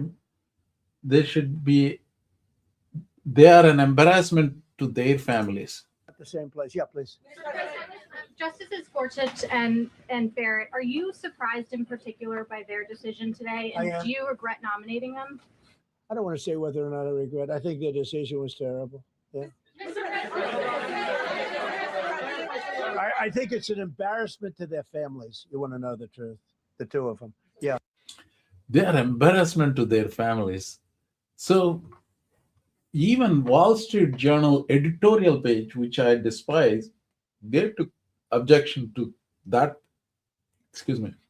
press conference. Trump demeans himself as he attacks the Supreme Court. ఇంకా దరిద్రంగా చాలా కామెంట్లు చేశాడు వాళ్ళ మీద. So I mean, it's this guy is the president of the United States. So దీని మీద జోకులు ఏంటంటే, because he is criticizing Supreme Court, and then Asha Rangappa, actually Indian American, తను Yale Law School లో she teaches, I forgot, administrator కూడానేమో. ఈవిడ గురించి ఇందాక చెప్పాను నేను. I hope John Roberts signed all his mortgage paperwork. And by the way, ఇంకోటి అన్నాడు ఈ జస్టిస్ల మీద, they are all bought by the foreign interest అంట. I mean, that's a serious shit allegation. And President of the United States making on the Supreme Court justices, they're bribed by the foreign interest. That's not actually. My friend to India lo maatladutuntaru antunnadu, ఏంట్రా మీ వాడు వెళ్ళి మీ supreme court justice అట్ట అంటాడు ఏంటారు. So this is basically but see, this is not a laughing matter, because he does this mortgage. ఇప్పుడు ఎందుకు federal reserve board మీ parent Lisa Cook like director మీదకి వెళ్ళాడు కదా. So one of the fed board chairman కాదు, fed board members మీదకి వెళ్ళాడు mortgage fraud అని చెప్పి. So there is nothing, I mean he is capable of doing all that. ఒకటి so I will go back and forth between comic relief and also the serious stuff. And ఇక్కడ comic relief ఏంటంటే, మీకు I don't know how many of you are aware of it. ట్రంప్కి ఒక habit ఉండేది 90s లో. So he used to give interviews, anonymous interviews, అలాగే లేకపోతే ఒక పేరు పెట్టుకునేవాడు, జాన్ బ్యారన్ అని. జాన్ బ్యారన్ పేరుతో he used to call shows and he used to give interviews. అలాంటివన్నీ చేసేవాడు. అండ్ ఈరోజు పొద్దున సంబడి కాల్డ్ C-SPAN లో ఎలా ఉంటుందంటే, C-SPAN it's just basically a call in show. 3 నెంబర్లు ఇస్తారు. If you are a Republican, call this number. If you are a Democrat, call this number. If you are an independent, call this number. ఆ Republican line కి ఒక call వచ్చింది. So I'm not sure. So far it seems like it is a legitimate call. It is not somebody improvising Trump. John Barron called C-SPAN this morning. Watch this. Where is this? There you go.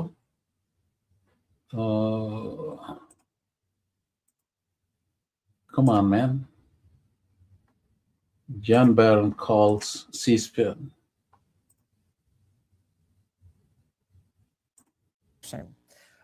John in Virginia, Republican. Let's hear from you. Well, this is John Barron, and this is the worst decision you ever have in your life, practically. Jack's going to agree with me, right? But this is a terrible decision. And you have Hakeem Jeffries, he's a dope, and you have Chuck Schumer, who can't cook a cheeseburger. Of course these people are happy. But true Americans will not be happy. And you have the woman earlier, I assume she's a woman, she's a Democrat, but she said she's disgraced. She's devastated. All right, by John. this. We'll go to Chester, who's in Baton Rouge. There is slight chance that somebody is spoofing him. I mean, I will find out if it is somebody spoofing. Like, there are a lot of people who imitate Trump just as close, but I don't know if this is a spoof. But Trump has this habit of calling under the name of John Barron. But if it is not a spoof, this is really sad state of affairs proving it or not. Ikkoti, so ఇందాక I mentioned అండి, బేసికల్గా first ఏం చేశాడంటే ఇమ్మీడియట్గా supreme court decision వచ్చినప్పుడు he was having breakfast with governors. వెంటనే news report, this is not something I'm making up, వెంటనే reporters అందరినీ బయట పంపించేసాడు. Apparently he was like extremely mad. I don't know what kind of tantrums he was throwing in the behind the. He might have retreated back to Oval Office or wherever he went, but he was not in front of other people. The reports are he was like completely berserkly mad. That's what he was. So Ventane, he think he made announcement, or the report I saw, one of those things. I couldn't find the 10% initial tariffs as చెప్పాడు. ఇప్పుడు section 250, trying to remember, 252, 262, whatever that section ప్రకారం ఒక 150 రోజుల వరకు up to a maximum of 15% tariff వేయచ్చు. దాని మీద ఏం చెప్పలేదు సుప్రీంకోర్టు డెసిషన్. ఐఈపా ఇన్వాలిడ్ అని చెప్పారు, కానీ అది ఐఈపాను వాడి ఇలా చేయటం ఇన్వాలిడ్ అన్నారు, కానీ మిగతా వాటి గురించి వాళ్ళు చెప్పలేదు. సో నువ్వు ఈ చట్టం ప్రకారం వేయటానికి వీల్లేదన్నా కాబట్టి ఆ చట్టం ప్రకారం 10% అని చెప్పి ముందు చెప్పాడు. మళ్ళీ ఏమైందో ఏమో కొన్ని గంటల తర్వాత మళ్ళీ ఇది ట్వీట్ చేశాడు. యాక్చువల్గా ఐ విల్ రీడ్ నా క్రేజీ ట్రంప్ వాయిస్ ఒకటి పెట్టుకున్నాను కదా, దాంతో రికార్డ్ చేసి పెట్టాను, మీకు సరదాగా ఉంటుంది. I want you to listen to this. It's a Trump tweet.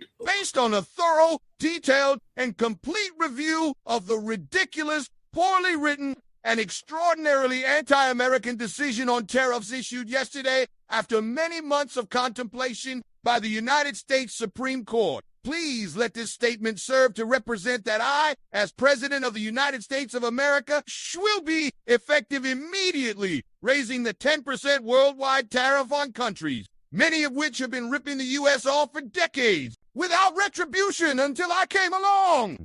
To the fully allowed and legally tested 15% level during the next short number of months, the Trump administration will determine and issue the new and legally permissible tariffs, which will continue our extraordinarily successful process of making America great again, greater than ever before. Thank you for your attention to this matter. President Donald J. Trump. Yeah, he's not taking this well, and this is right after a press conference lo దీని గురించి separate video పెట్టాను, but it's worth listening to. I'm allowed to cut off any and all trade. I can destroy the trade. I can destroy the country. I am even allowed to impose a foreign country destroying embargo. I cannot do anything I want to do with them. Think about it. But I am allowed to cut off any and all trade or business with that same country. In other words, I can destroy the trade. I can destroy the country. I'm even allowed to impose a foreign country destroying embargo. I can embargo. I can do anything I want, but I can't charge $1. because that's not what it says.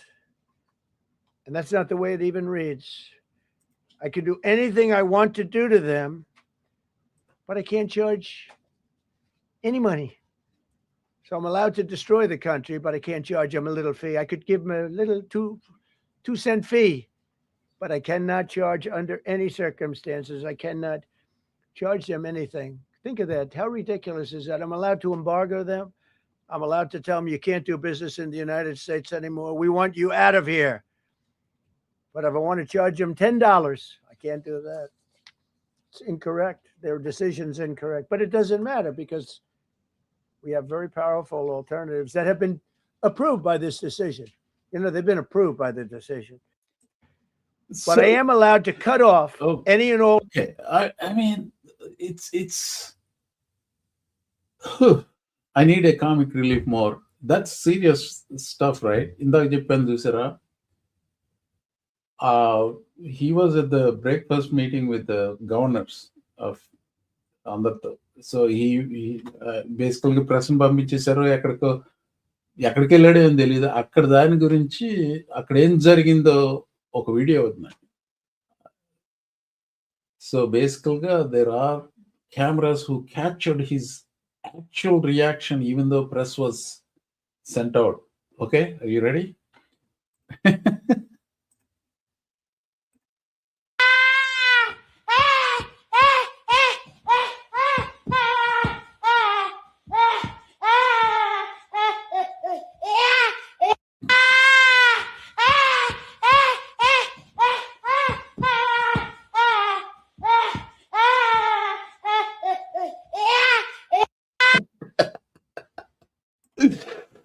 Oh, I saw that number of times. I still get a kick out of it. And by the way, ఇందాక ఈ tweet గురించి చెప్పాడు కదా. So బేసికల్గా let me show you this tweet again.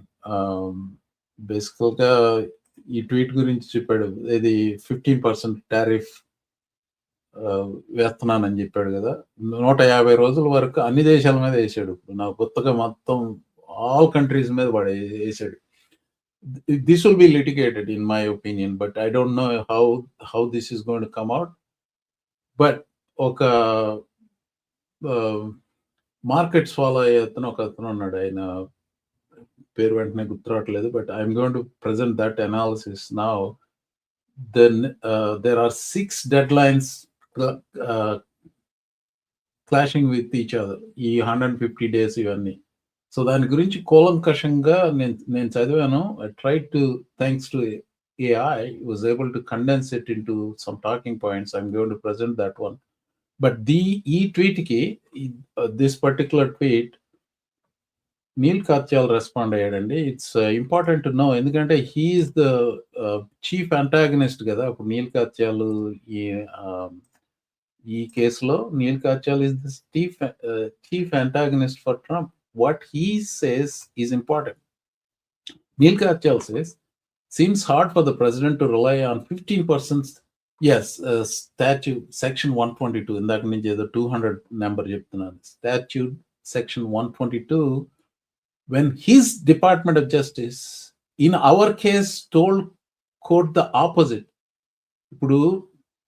Okay, I had to back off a little bit and then say, IEPA basis మీద 1977లో చేసిన ఐఈపా basis మీద tariffs వేసాడు.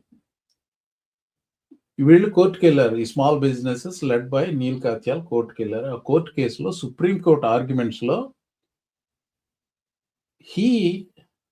కోర్టు సెక్షన్ 122 సంగతి తీసుకొస్తే he said, nor does 122 have any obvious application here where the concerns the president identified in declaring an emergency arise from trade deficits which are conceptually distinct from balance of payments deficits. Complete opposite వాదించాడు supreme court కేసులో. ఓడిపోయాక ఇప్పుడు he's falling back on section 122. If he wants sweeping tariffs, he should do the American thing to do, go to Congress.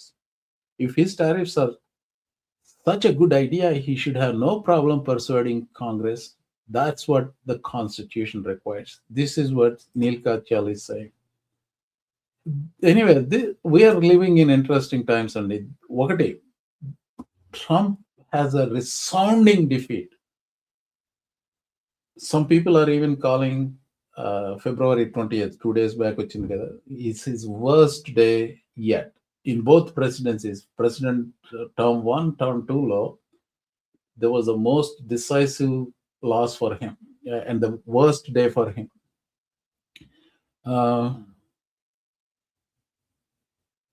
Okay.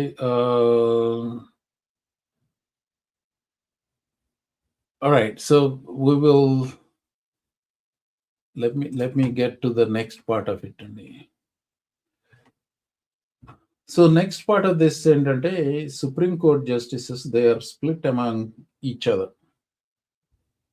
బేసికల్గా నీల్ గోర్షిచ్ రాసిన concurring opinionలో he basically called Amy Coney Barrett weak. He called Kavanaugh and Alito wrong, and he called Justice Thomas insane. So ఈ ఇందాక ప్రస్తావించిన దాని పేరు major questions doctrine అనేది ఏంటంటే supreme court ఈ 6-3 conservative majority supreme court Biden అధ్యక్షుడిగా ఉన్నప్పుడు, అంతకుముందు ఎన్ని రోజుల నుంచి చేశారో గుర్తులేదు కానీ అట్లీస్ట్ బైడెన్ అధ్యక్షుడిగా ఉన్నప్పుడు కొన్ని Biden పాలసీలని తిప్పికొట్టారు.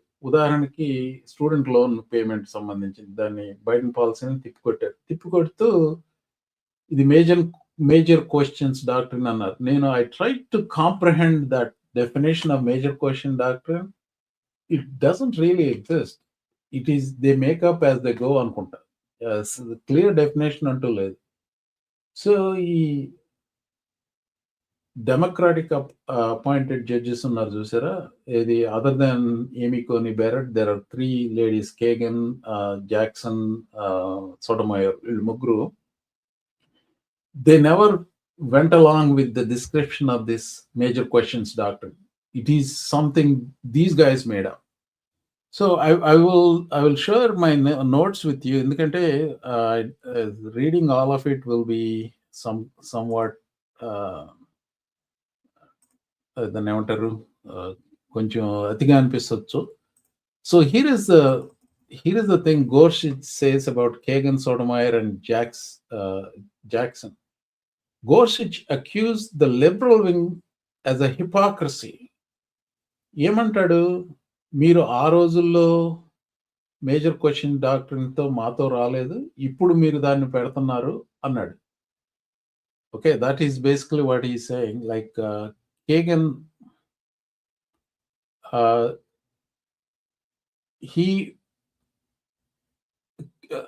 basically Kagan mocked his apparent desire for converts, insisting she used to ordinary statutes interpretation without ఈ మేజర్ క్వశ్చన్ డాక్ట్రిన్ అని చెప్పి దీనికి అప్లై చేసి టారిఫ్స్ ను ఓవర్టర్న్ చేయకుండా వేరే రూల్ ఏదో వాడి ఆవిడ ఓవర్టర్న్ చేసింది. అలాగే Gorsuch criticized Barrett common sense principle of communication, major questions doctrine as a common sense principle of communication అంటూ చెప్పాడు. Barrett retorted that Gorsuch was setting up a straw man and accused. Basically Gorsuch, okay, I'll simplify this, you can read it. Gorsuch accused Barrett and Barrett responded back strongly. ఇవన్నీ చాలా strong ఉన్నాయండి ఈ language. అలాగే Gorsuch accused all the 3 liberal justices. They responded back. Roberts versus Kavanaugh కి Roberts కి వత్తాసు పలికి Kavanaugh తిట్టాడు. జాక్సన్ వర్సెస్ కోర్ట్, జాక్సన్ కోర్టుని తిట్టింది, Gorsuch థామస్ ని తిట్టాడు. Basically call him insane in this. This is something I have not seen before. Okay, so దీన్ని సింప్లిఫై చేసి చెప్తాను. వాట్ డస్ ఇట్ మీన్ అని. అందరికీ తెలుసు సుప్రీం కోర్టు ట్రంప్కి బేసికల్గా the gave like blanket immunity for the president, not just Trump. at that time ఏమనుకుంటున్నారో నాకు తెలీదు. నాకు తెలిసిన రీజనబుల్ పీపులే they really thought Democrats are unnecessarily going after Trump. It is possible Supreme Court at that time thought they're going after Trump for no good reason. Despite January 6th happened, despite he's like blatant, అప్పుడున్నది చాలా తక్కువ corruption, ఇన్ని ఉన్నప్పటికీ కూడా they thought really Democrats are unnecessarily going after him. They wanted to protect him and then they gave him the blanket immunity. ఇంత గబ్బదరిద్రంగా ప్రవర్తిస్తాడని వాళ్ళు కూడా expect చేసి ఉండకపోవచ్చు.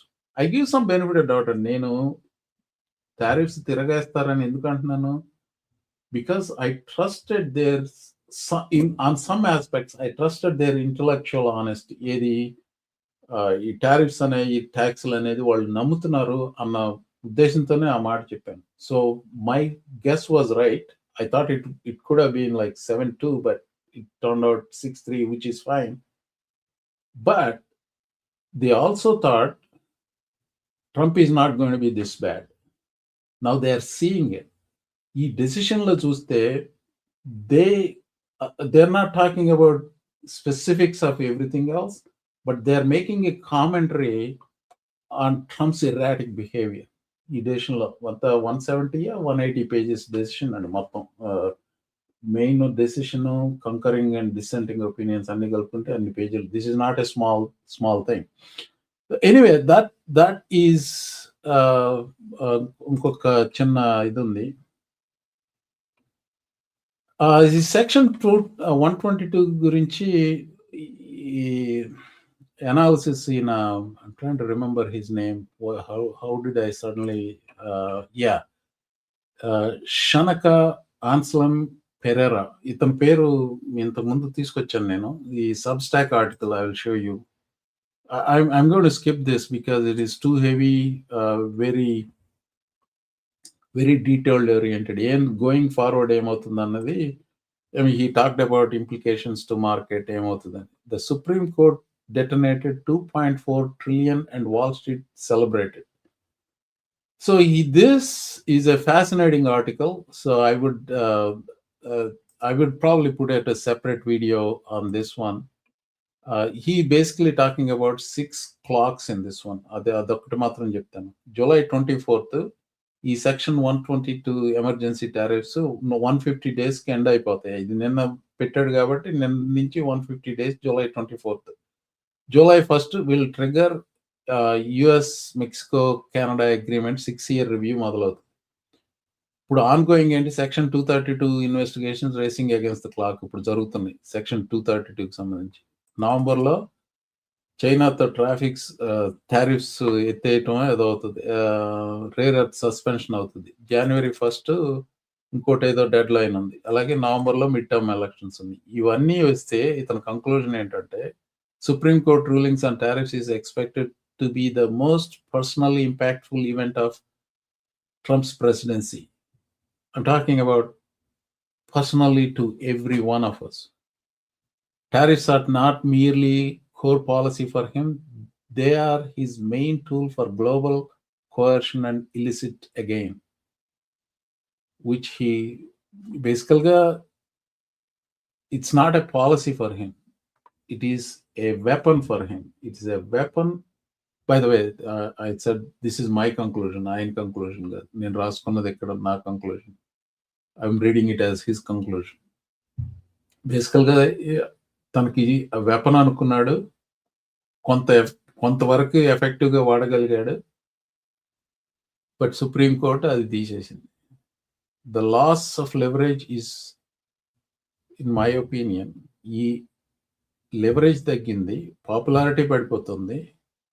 I think he's going to get completely bonkersly, already insane guy, he's going to go more and more and more insane going forward. So that is all about tariffs, Sunday. I will have one more topic. I mean, I have more topics mundu prastavinchinattu, but I realize the weight of doing the show mostly alone. Ippudu Kiran garu unnappudu I'll toss it to him and then take a break kada. This is the right time. This is a good time to join, Andy. If any of you want to join and join the conversation, I just posted the link again. Sorry, I posted privately here. I posted the link again. Please join. So one of the major topics the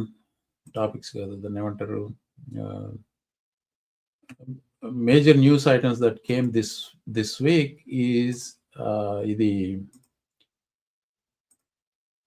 Stephen Colbert interview. ఏమైందంటే James Talarico is the guy who's running for Democratic nominee ఇప్పుడు March 3rd Texas primary elections జరుగుతున్నాయి.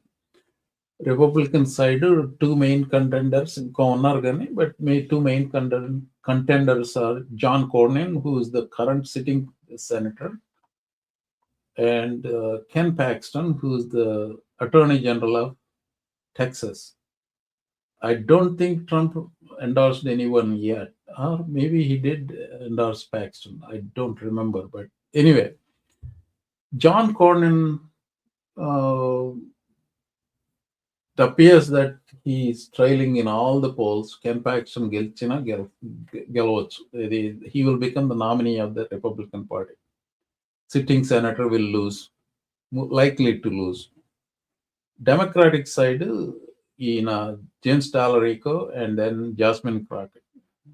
వాళ్ళిద్దరి గురించి మాట్లాడాము నేను, కిరణ్ గారు, అలాగే డ్రాక్స్ గారు.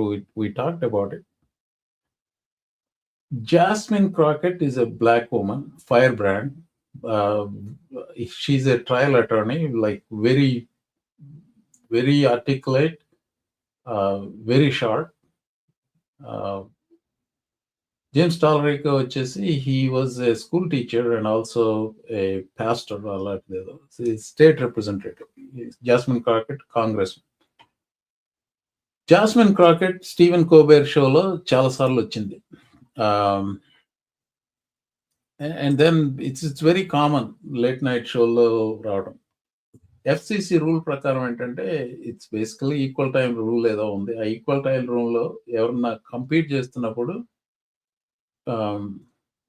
న్యూస్ ఎక్సెప్షన్ ఉంది. న్యూస్ షో ఇంటర్వ్యూలో ఇప్పుడు లీడ్ యాంకర్ ఇంటర్వ్యూ చేస్తే దానికి మిగతా వాళ్ళని ఇంటర్వ్యూ చేయాల్సిన అవసరం లేదు. అలాగే లేట్ నైట్ టాక్ షో హోస్ట్లకు కూడా ఎక్సెప్షన్ ఉంది.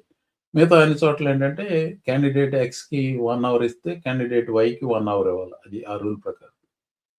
ఈ James టాలరికో, his star is rising in Texas, and all the internal polls in Texas are showing that Talarico will win. If Talarico is the Democratic nominee, he will win either with Paxton or either against Paxton or Cornyn. ఇద్దరు మీద ఎవరి మీదైనా గెలుస్తాడని ఉంది. అది యాక్చువల్గా ఆ internal pole అది బయటకు వచ్చింది. For some reason somebody leak it or whatever. అక్కడి నుంచి ఆ టాలరికోని అరికడటానికి ప్రయత్నిస్తున్నారు. అలాగే రిపబ్లికన్ పార్టీ వాళ్ళు, it is a smart political move. I'm not saying it is dirty politics. All politics are dirty in my opinion. వాళ్ళు ఏం చేస్తున్నారంటే they are elevating Jasmine Crockett, hoping that she will win. Reason is Ken Paxton Jasmine Crockett మధ్య matchup అయితే Republicans గెలుస్తారు. Can పాక్స్టన్ are కార్నిన్ కి టాలరికో మ్యాచ్అప్ అయితే Democrat గెలుస్తారు. అందుకని చెప్పి చేయడం. So James Talarico is supposed to go on Colbert show. CBS News, well, no BS News, CBS, yeah, they have it right there. They said ఆ ఈక్వల్ టైం రూల్ నేను strict గా apply చేస్తాను late show కూడా అని చెప్పి FCC director Brandon car అన్నప్పుడు he expressed the intent to apply that rule. He did not say he will apply the rule. Talarico, okay, let Colbert explain it. It's a pretty 1 minute 40 second thing. It's pretty good explanation. Yeah, I mean it's not funny matter, but that's what happened అండి. దీంతో there was a big fallout. FCC director, I mean FCC chairman, he came out and said, "Oh, we never stopped him. We just told him he has to give equal time to others. Like if he went with James Tallarico, they would have enforced that equal time rule and penalized CBS అది ఇది అంటూ చెప్పాడు. So it went on. I don't know how much YouTube will flag that. Normal game అవుతుందంటే ఈ late night షోలు పెట్టినప్పుడు because they are entertainment. News అయితే YouTube will allow you to broadcast. So for all you know, నేను అది ప్రసారం చేసినందుకు flag చేసి ఉండొచ్చు. So bottom line, this is a shitty development. The one of the things you would probably heard about this అంటే Streisand effect అని ఉంది. Streisand effect అంటే ఇప్పుడు ఫలానా దాని గురించి నువ్వు మాట్లాడొద్దు అని చెప్పి నువ్వు నిబంధనలు పెట్టావంటే దాని గురించే మాట్లాడతారు. దానికి ఇంకెక్కువ ఫోకస్ వస్తుంది. Streisand తన ఇల్లు ఎవరో I mean you Google it, you will know. She tried to prevent somebody talking about something, about her personal stuff, and then everybody started talking about it. Basically, the Streisand effect anamata. One other extra development ఏంటంటే ఇది నార్మల్గా Jasmine Crockett. I mean, I like her in the sense she is a firebrand, appeared to have a lot of integrity. The way she attacked people were perfect. I mean, she's a good attack dog for Democrats. అంతకుమించి నాకు overly positive లేదు, overly negative లేదు. మరొక విషయం అండి, I completely forgot to mention. ఒక 2 weeks నుంచి ఇంకా అంతకుముందు నుంచి నేను యాక్చువల్గా డేట్ చూడాలి. బికాజ్ ఈ షోకి ఎక్కువగా టెక్సస్ నుంచి చూస్తారు కాబట్టి ఐ వాంటెడ్ టు బేసికల్గా I sent some statistics about this show. టెక్సస్లో ఉన్న తెలుగు వాళ్ళు ఎంతమంది అన్ని బట్టి ఇద్దరిని ఇన్వైట్ చేశాను. జేమ్స్ టాలరికోని ఇన్వైట్ చేశాను, జాస్మిన్ క్రాకెట్ని ఇన్వైట్ చేశాను. ఈక్వల్ టైం ఇవ్వాలని కాదు, నేను ఇవ్వవసరం లేదు. I just wanted to talk to both of them. టెక్సస్లో ఉండే తెలుగు వాళ్ళకి I mean basically elevating the community. బస్సు మన టెక్సస్లో తెలుగు వాళ్ళు ఎంతమంది ఉన్నారు, you may want to reach out to them. They are like economically very well-to-do people and jip. I heard back from Tallarico's campaign. It's like we are way too busy. A tarvate Colbert idochinది. So I don't know if he will come before March 3rd primary వస్తాడని నేను అనుకోను కానీ, but I'll try to get him if he wins. I'll try to get him for before the main election. I mean, I'm pretty sure they will.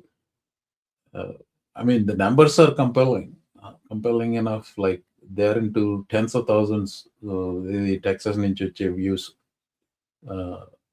So, I mean, మీరు అక్కడికి వెళ్ళి stump speech చేస్తే, let's say it is not broadcast, ఎంతమంది చూస్తారు? Hundreds of people. If you can reach our target audience, let's say 5,000 target audience reaches, yeah, they will come. He will spend 10-15 minutes on this.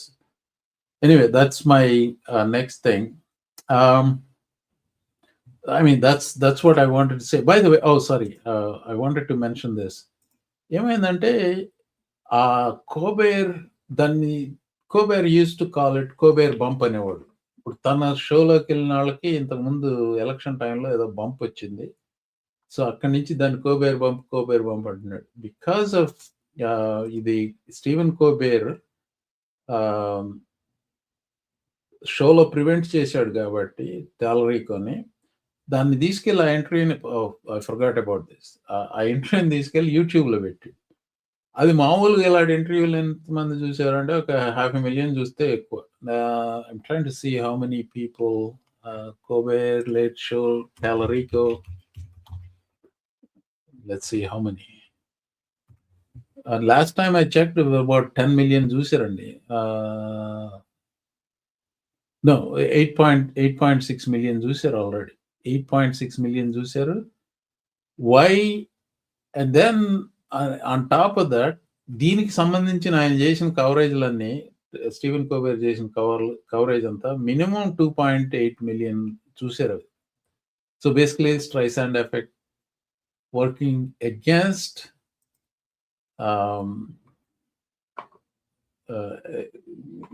against Trump and Republican tactics.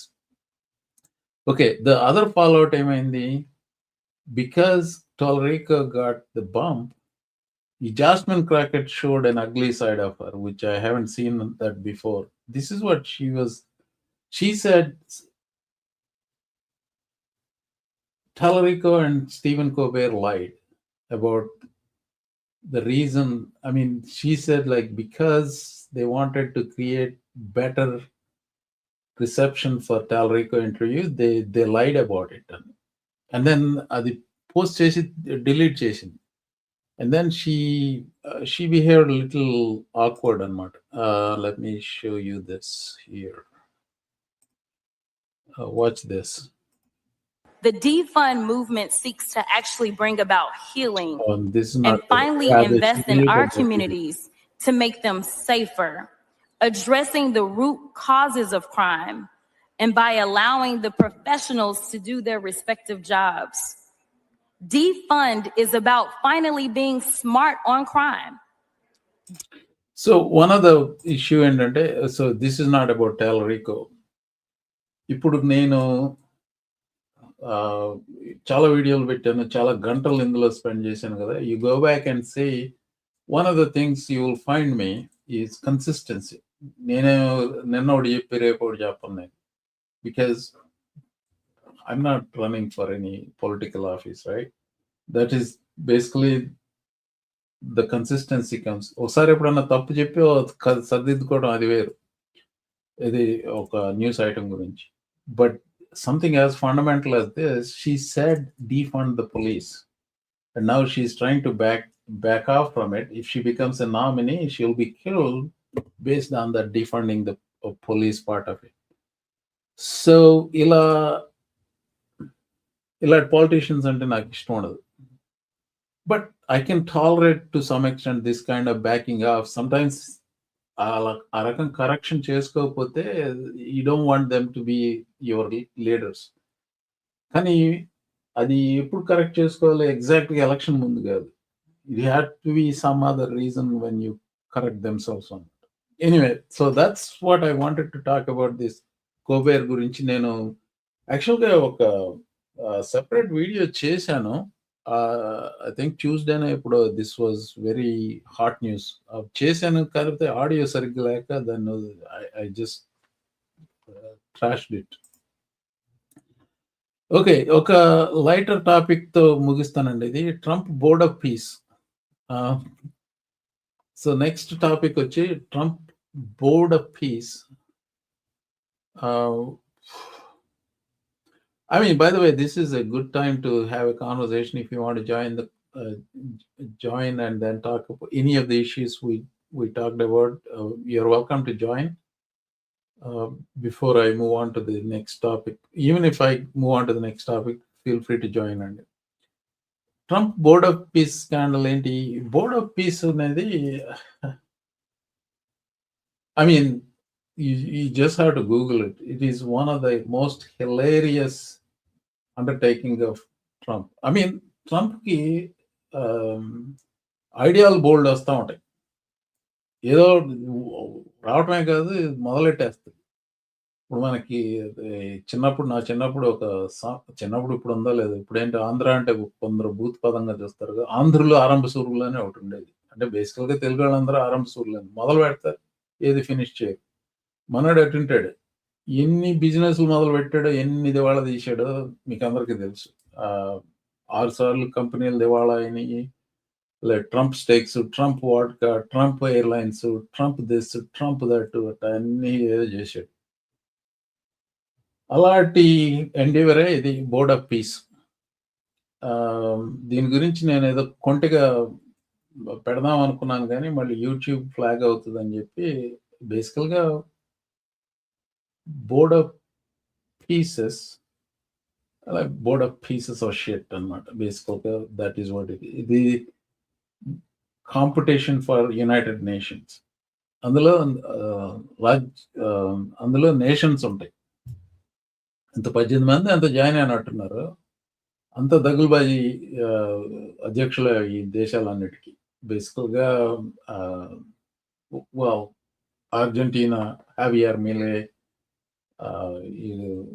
I think who's that guy, Hungary, Viktor Orban, ఇలాంటి వాళ్ళంతా ఉన్నారు.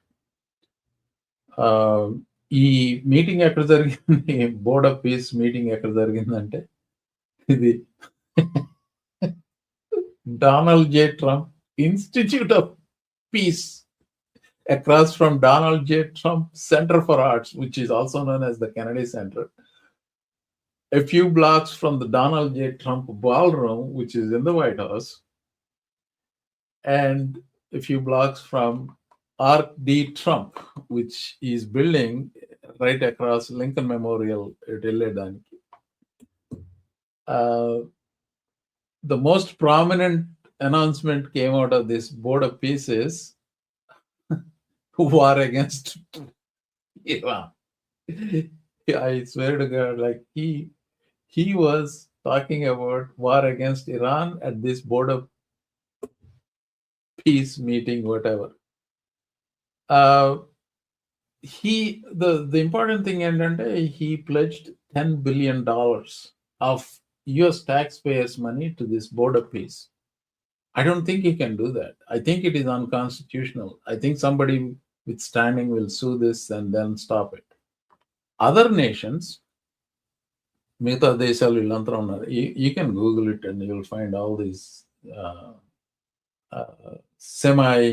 Pakistan కూడా అందులో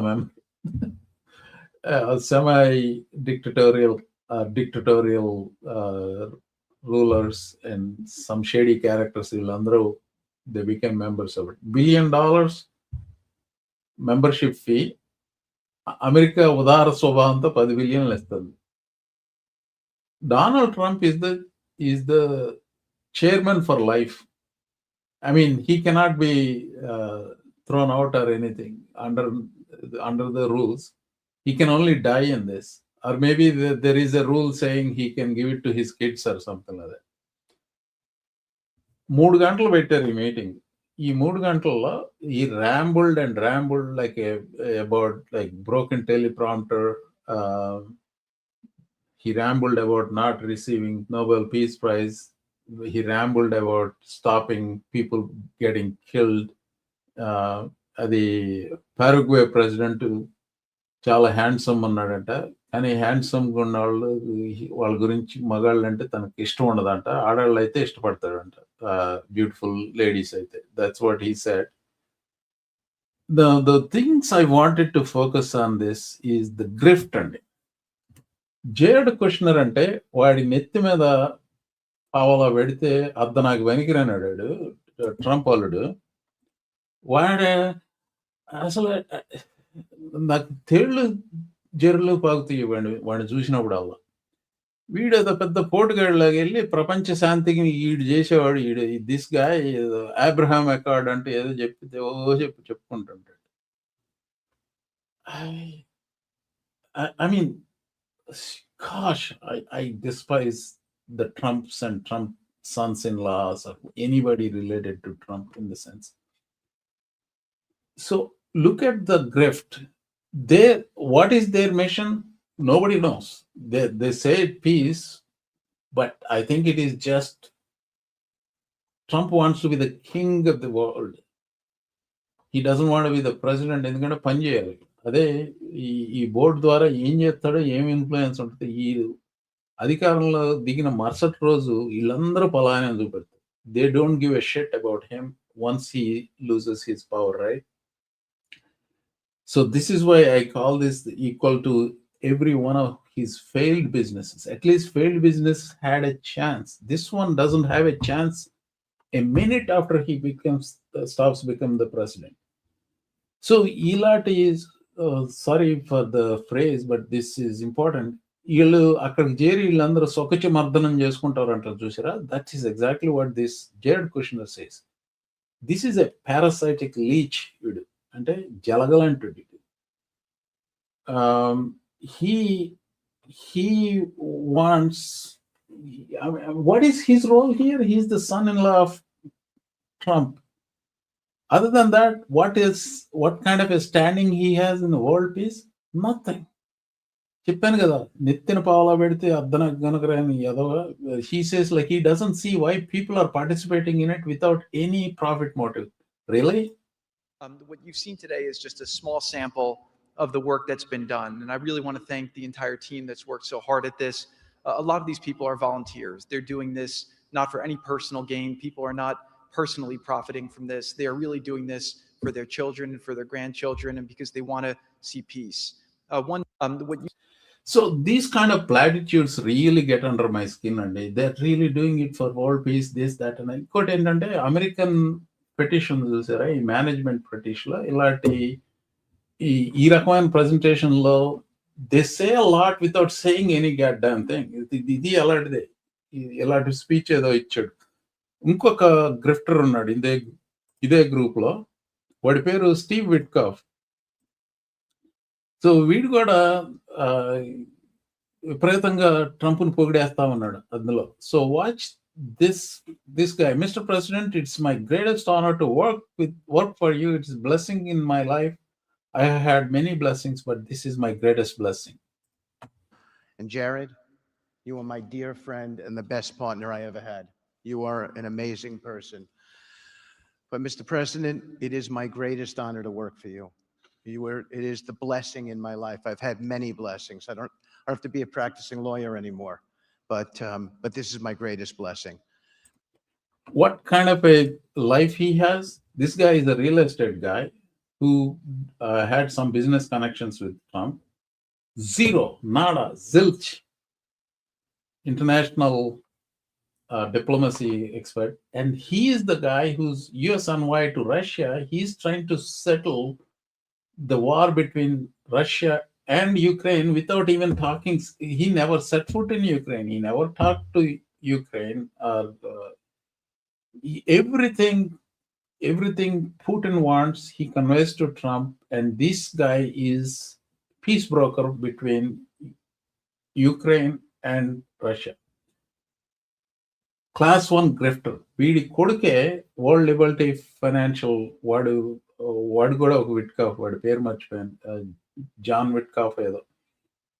so that guy is running the Trump's other grift, which is World Liberty Financial. So that's what they're doing on that front.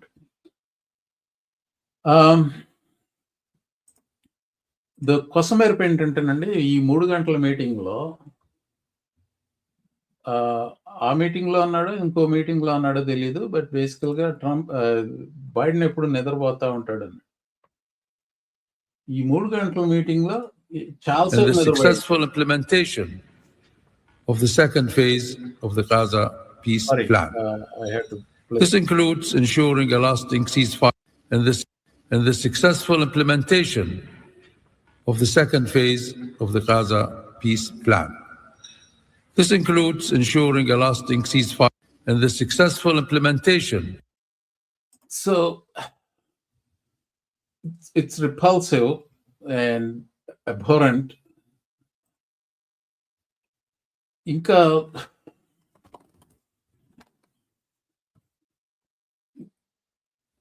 so I'll switch the topic right now, Andy. So that's about board of peace or the pieces of shit. By the way, the punchline for this one is he's bored of peace. That's why he was sleeping. That was the punchline.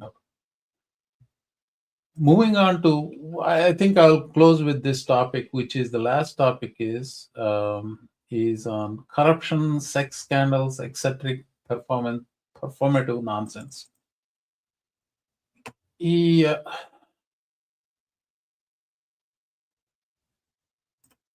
One thing I will trying to see this. ఇది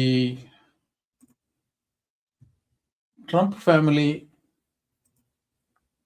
how much they earned in the last 1 year and crypto business lo they earned $2.4 billion. Finance, Persian Gulf, 1789 capital, the yearnitlo he made about 339 million, other 277 billion. Overall ga మొత్తం మీద 2.5 billion పైన they grifted in this. And అలాగే Trump Sons వాళ్ళని ప్రశ్నిస్తే, యాక్చువల్గా I'm not going to show this, about world Liberty financial కార్పొరేషన్లో 49% stake United Arab Emirates తీసుకున్నారు.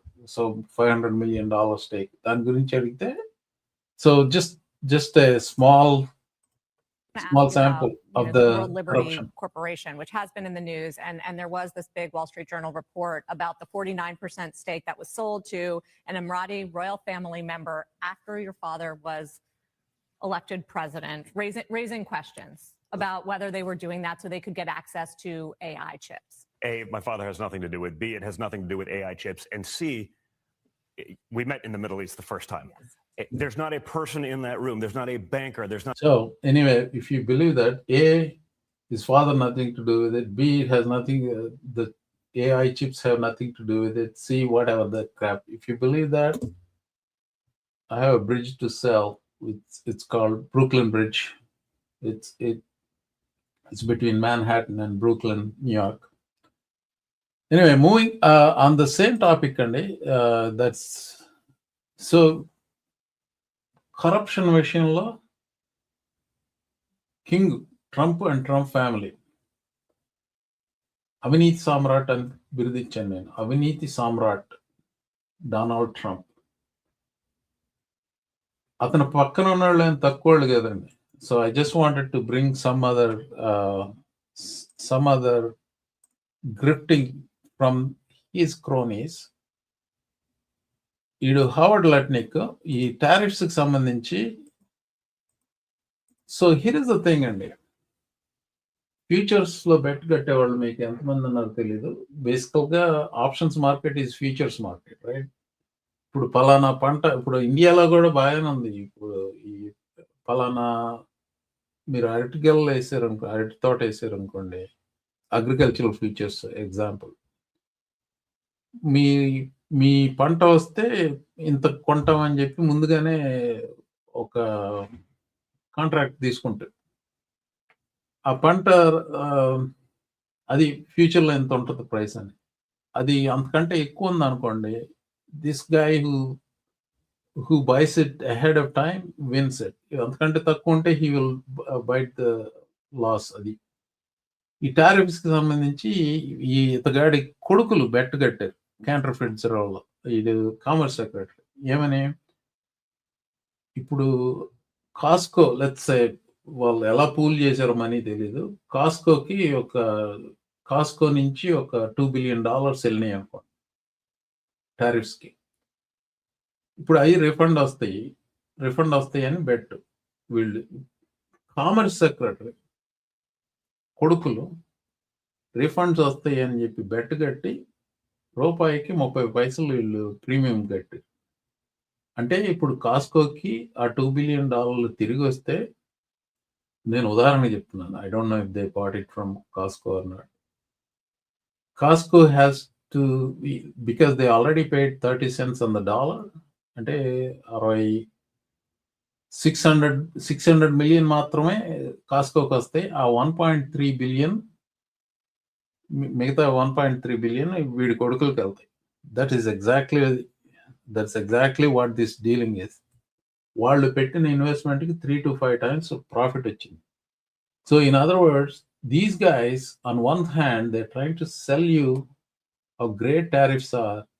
On the back side they are selling contracts that benefit them, are there on the back side they're betting that the tariffs are not going to stand. That is this corruption. Inkokati, FBI Cash Patel corruption. Yatha Raja Tadha Mantri. Cash Patel heads to Milan for Olympics on the FBI jet. ఏంటి అందులో ఇది FBI director కదా వెళ్ళొచ్చా అంటారా? అది మనకి ఇండియాలో అన్నీ నడుస్తాయండి. ఇప్పుడు ఆఫీస్ వెహికల్ ఉంటే దాన్ని పర్సనల్గా విపరీతంగా వాడేస్తూ ఉంటారు ఇండియాలో. ఇక్కడ అంత ఇదిగా చేయరు, అంత దారుణంగా చేయరు. That's why this is news. And one more corruption thing I want to tell you. ఇది మొన్న షోలో చెప్పాను. There is a Boeing 737 max jet అనేది, దాన్ని లీజ్ తీసుకున్నారో కొన్నారో తెలియదు. Department of homeland security, Kristi Noem, ఆవిడికి పెళ్ళయింది, మొగుడు ఉన్నాడు, ఒక బాయ్ ఫ్రెండ్ ఉన్నాడు, ఇద్దరు కలిసి ప్రయాణం చేస్తూ ఉంటారు. దాంట్లో వెనకాల బెడ్రూమ్ ఉంది, ఆ బెడ్రూమ్ ఇది. So this is the Lewandowski suite at DHS Mile High. I'm sorry. Oh, I'm not projecting that one. Sorry. Here is the jet lo venakala bedroom. This is not a small grift. This is the Department of Homeland Security abusing, well, basically abusing anekante corruption. Direct thing corruption. So ఒక పక్క అవినీతి, ఈ corruption, లంచగొండితనం, sex scandals అంటే ఇంకోటి గుర్తొచ్చింది. Department of labor secretary Lori Chavez DeRemer ఆ building లోకి రాకుండా అతని మీద నిషేధాజ్ఞలు ఉన్నాయి. అంటే దాన్ని ఏమంటారు, ఇంగ్లీష్లో ఏమంటారు, it'll come to me. అతను ఎందుకంటే he was sexually trying to harass people in that building. So, and another point ఏంటంటే ఈ labor secretary Lori Chavez Dimmer herself is having an affair with a security person with. So family values people will. One cringe worthy అవన్నీ ఏంటి, monetary corruption, లేకపోతే sexual ఇండిస్క్రిషన్స్.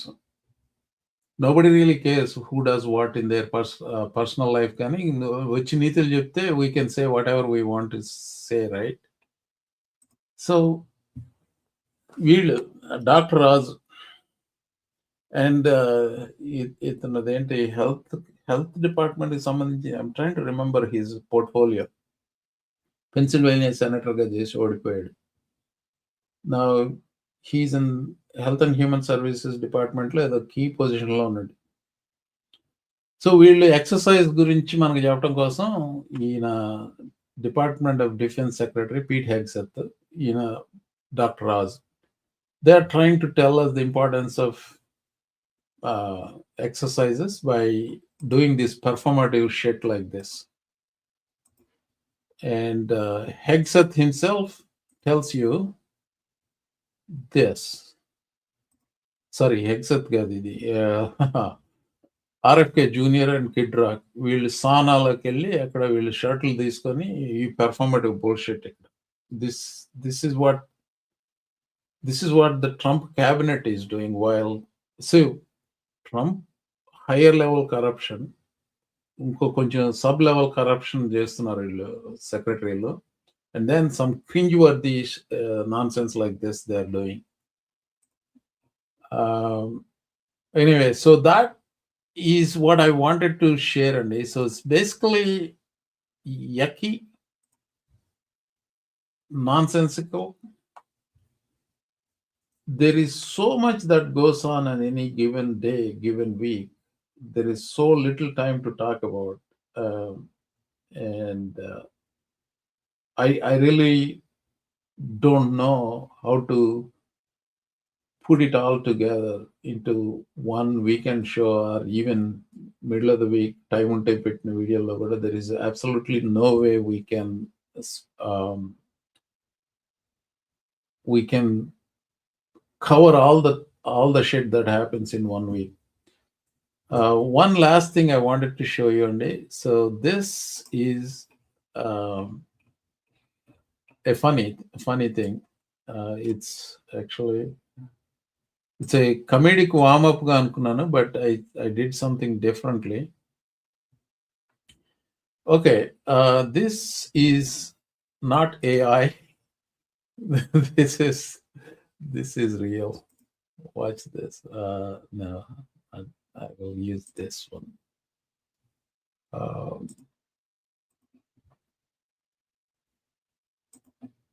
Did you read those new files that were published by the Department of Justice? I have a lot of things I'm doing, and a lot of things I'm doing. I don't know.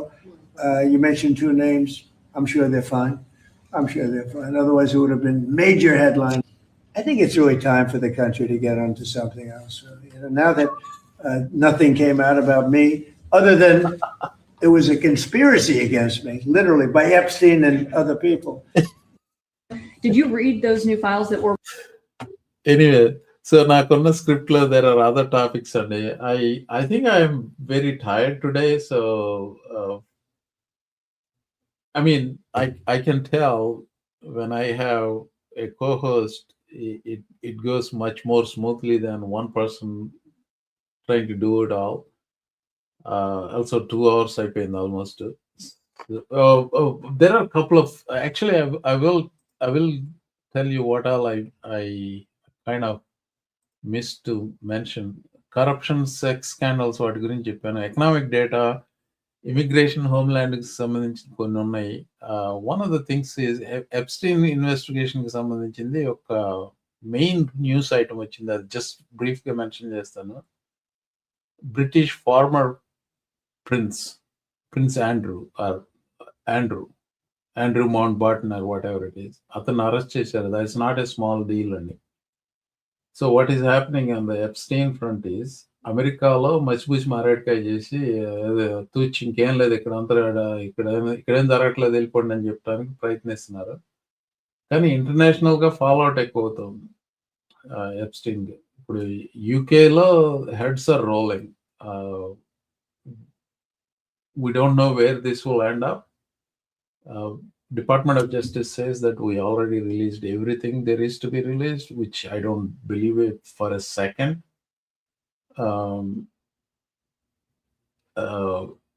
It is possible that some serious investigations from offshore, not from United States, may end up costing somebody here.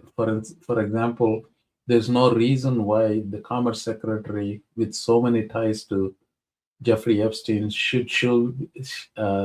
should be in that position here. Ade UK lo aithe he would have gone by now, but it is not happening in America. So anyway, there's a lot more domestic politics items chinna chatka chala unnai. I'm even losing my voice. Anyway, thank you for watching, and maybe some of these topics I will put a separate video later. మళ్ళీ ఇదే అలవర్స్ ఉన్నది వచ్చే వారం కలుసుకుంటాను. ధన్యవాదాలు. Thank you.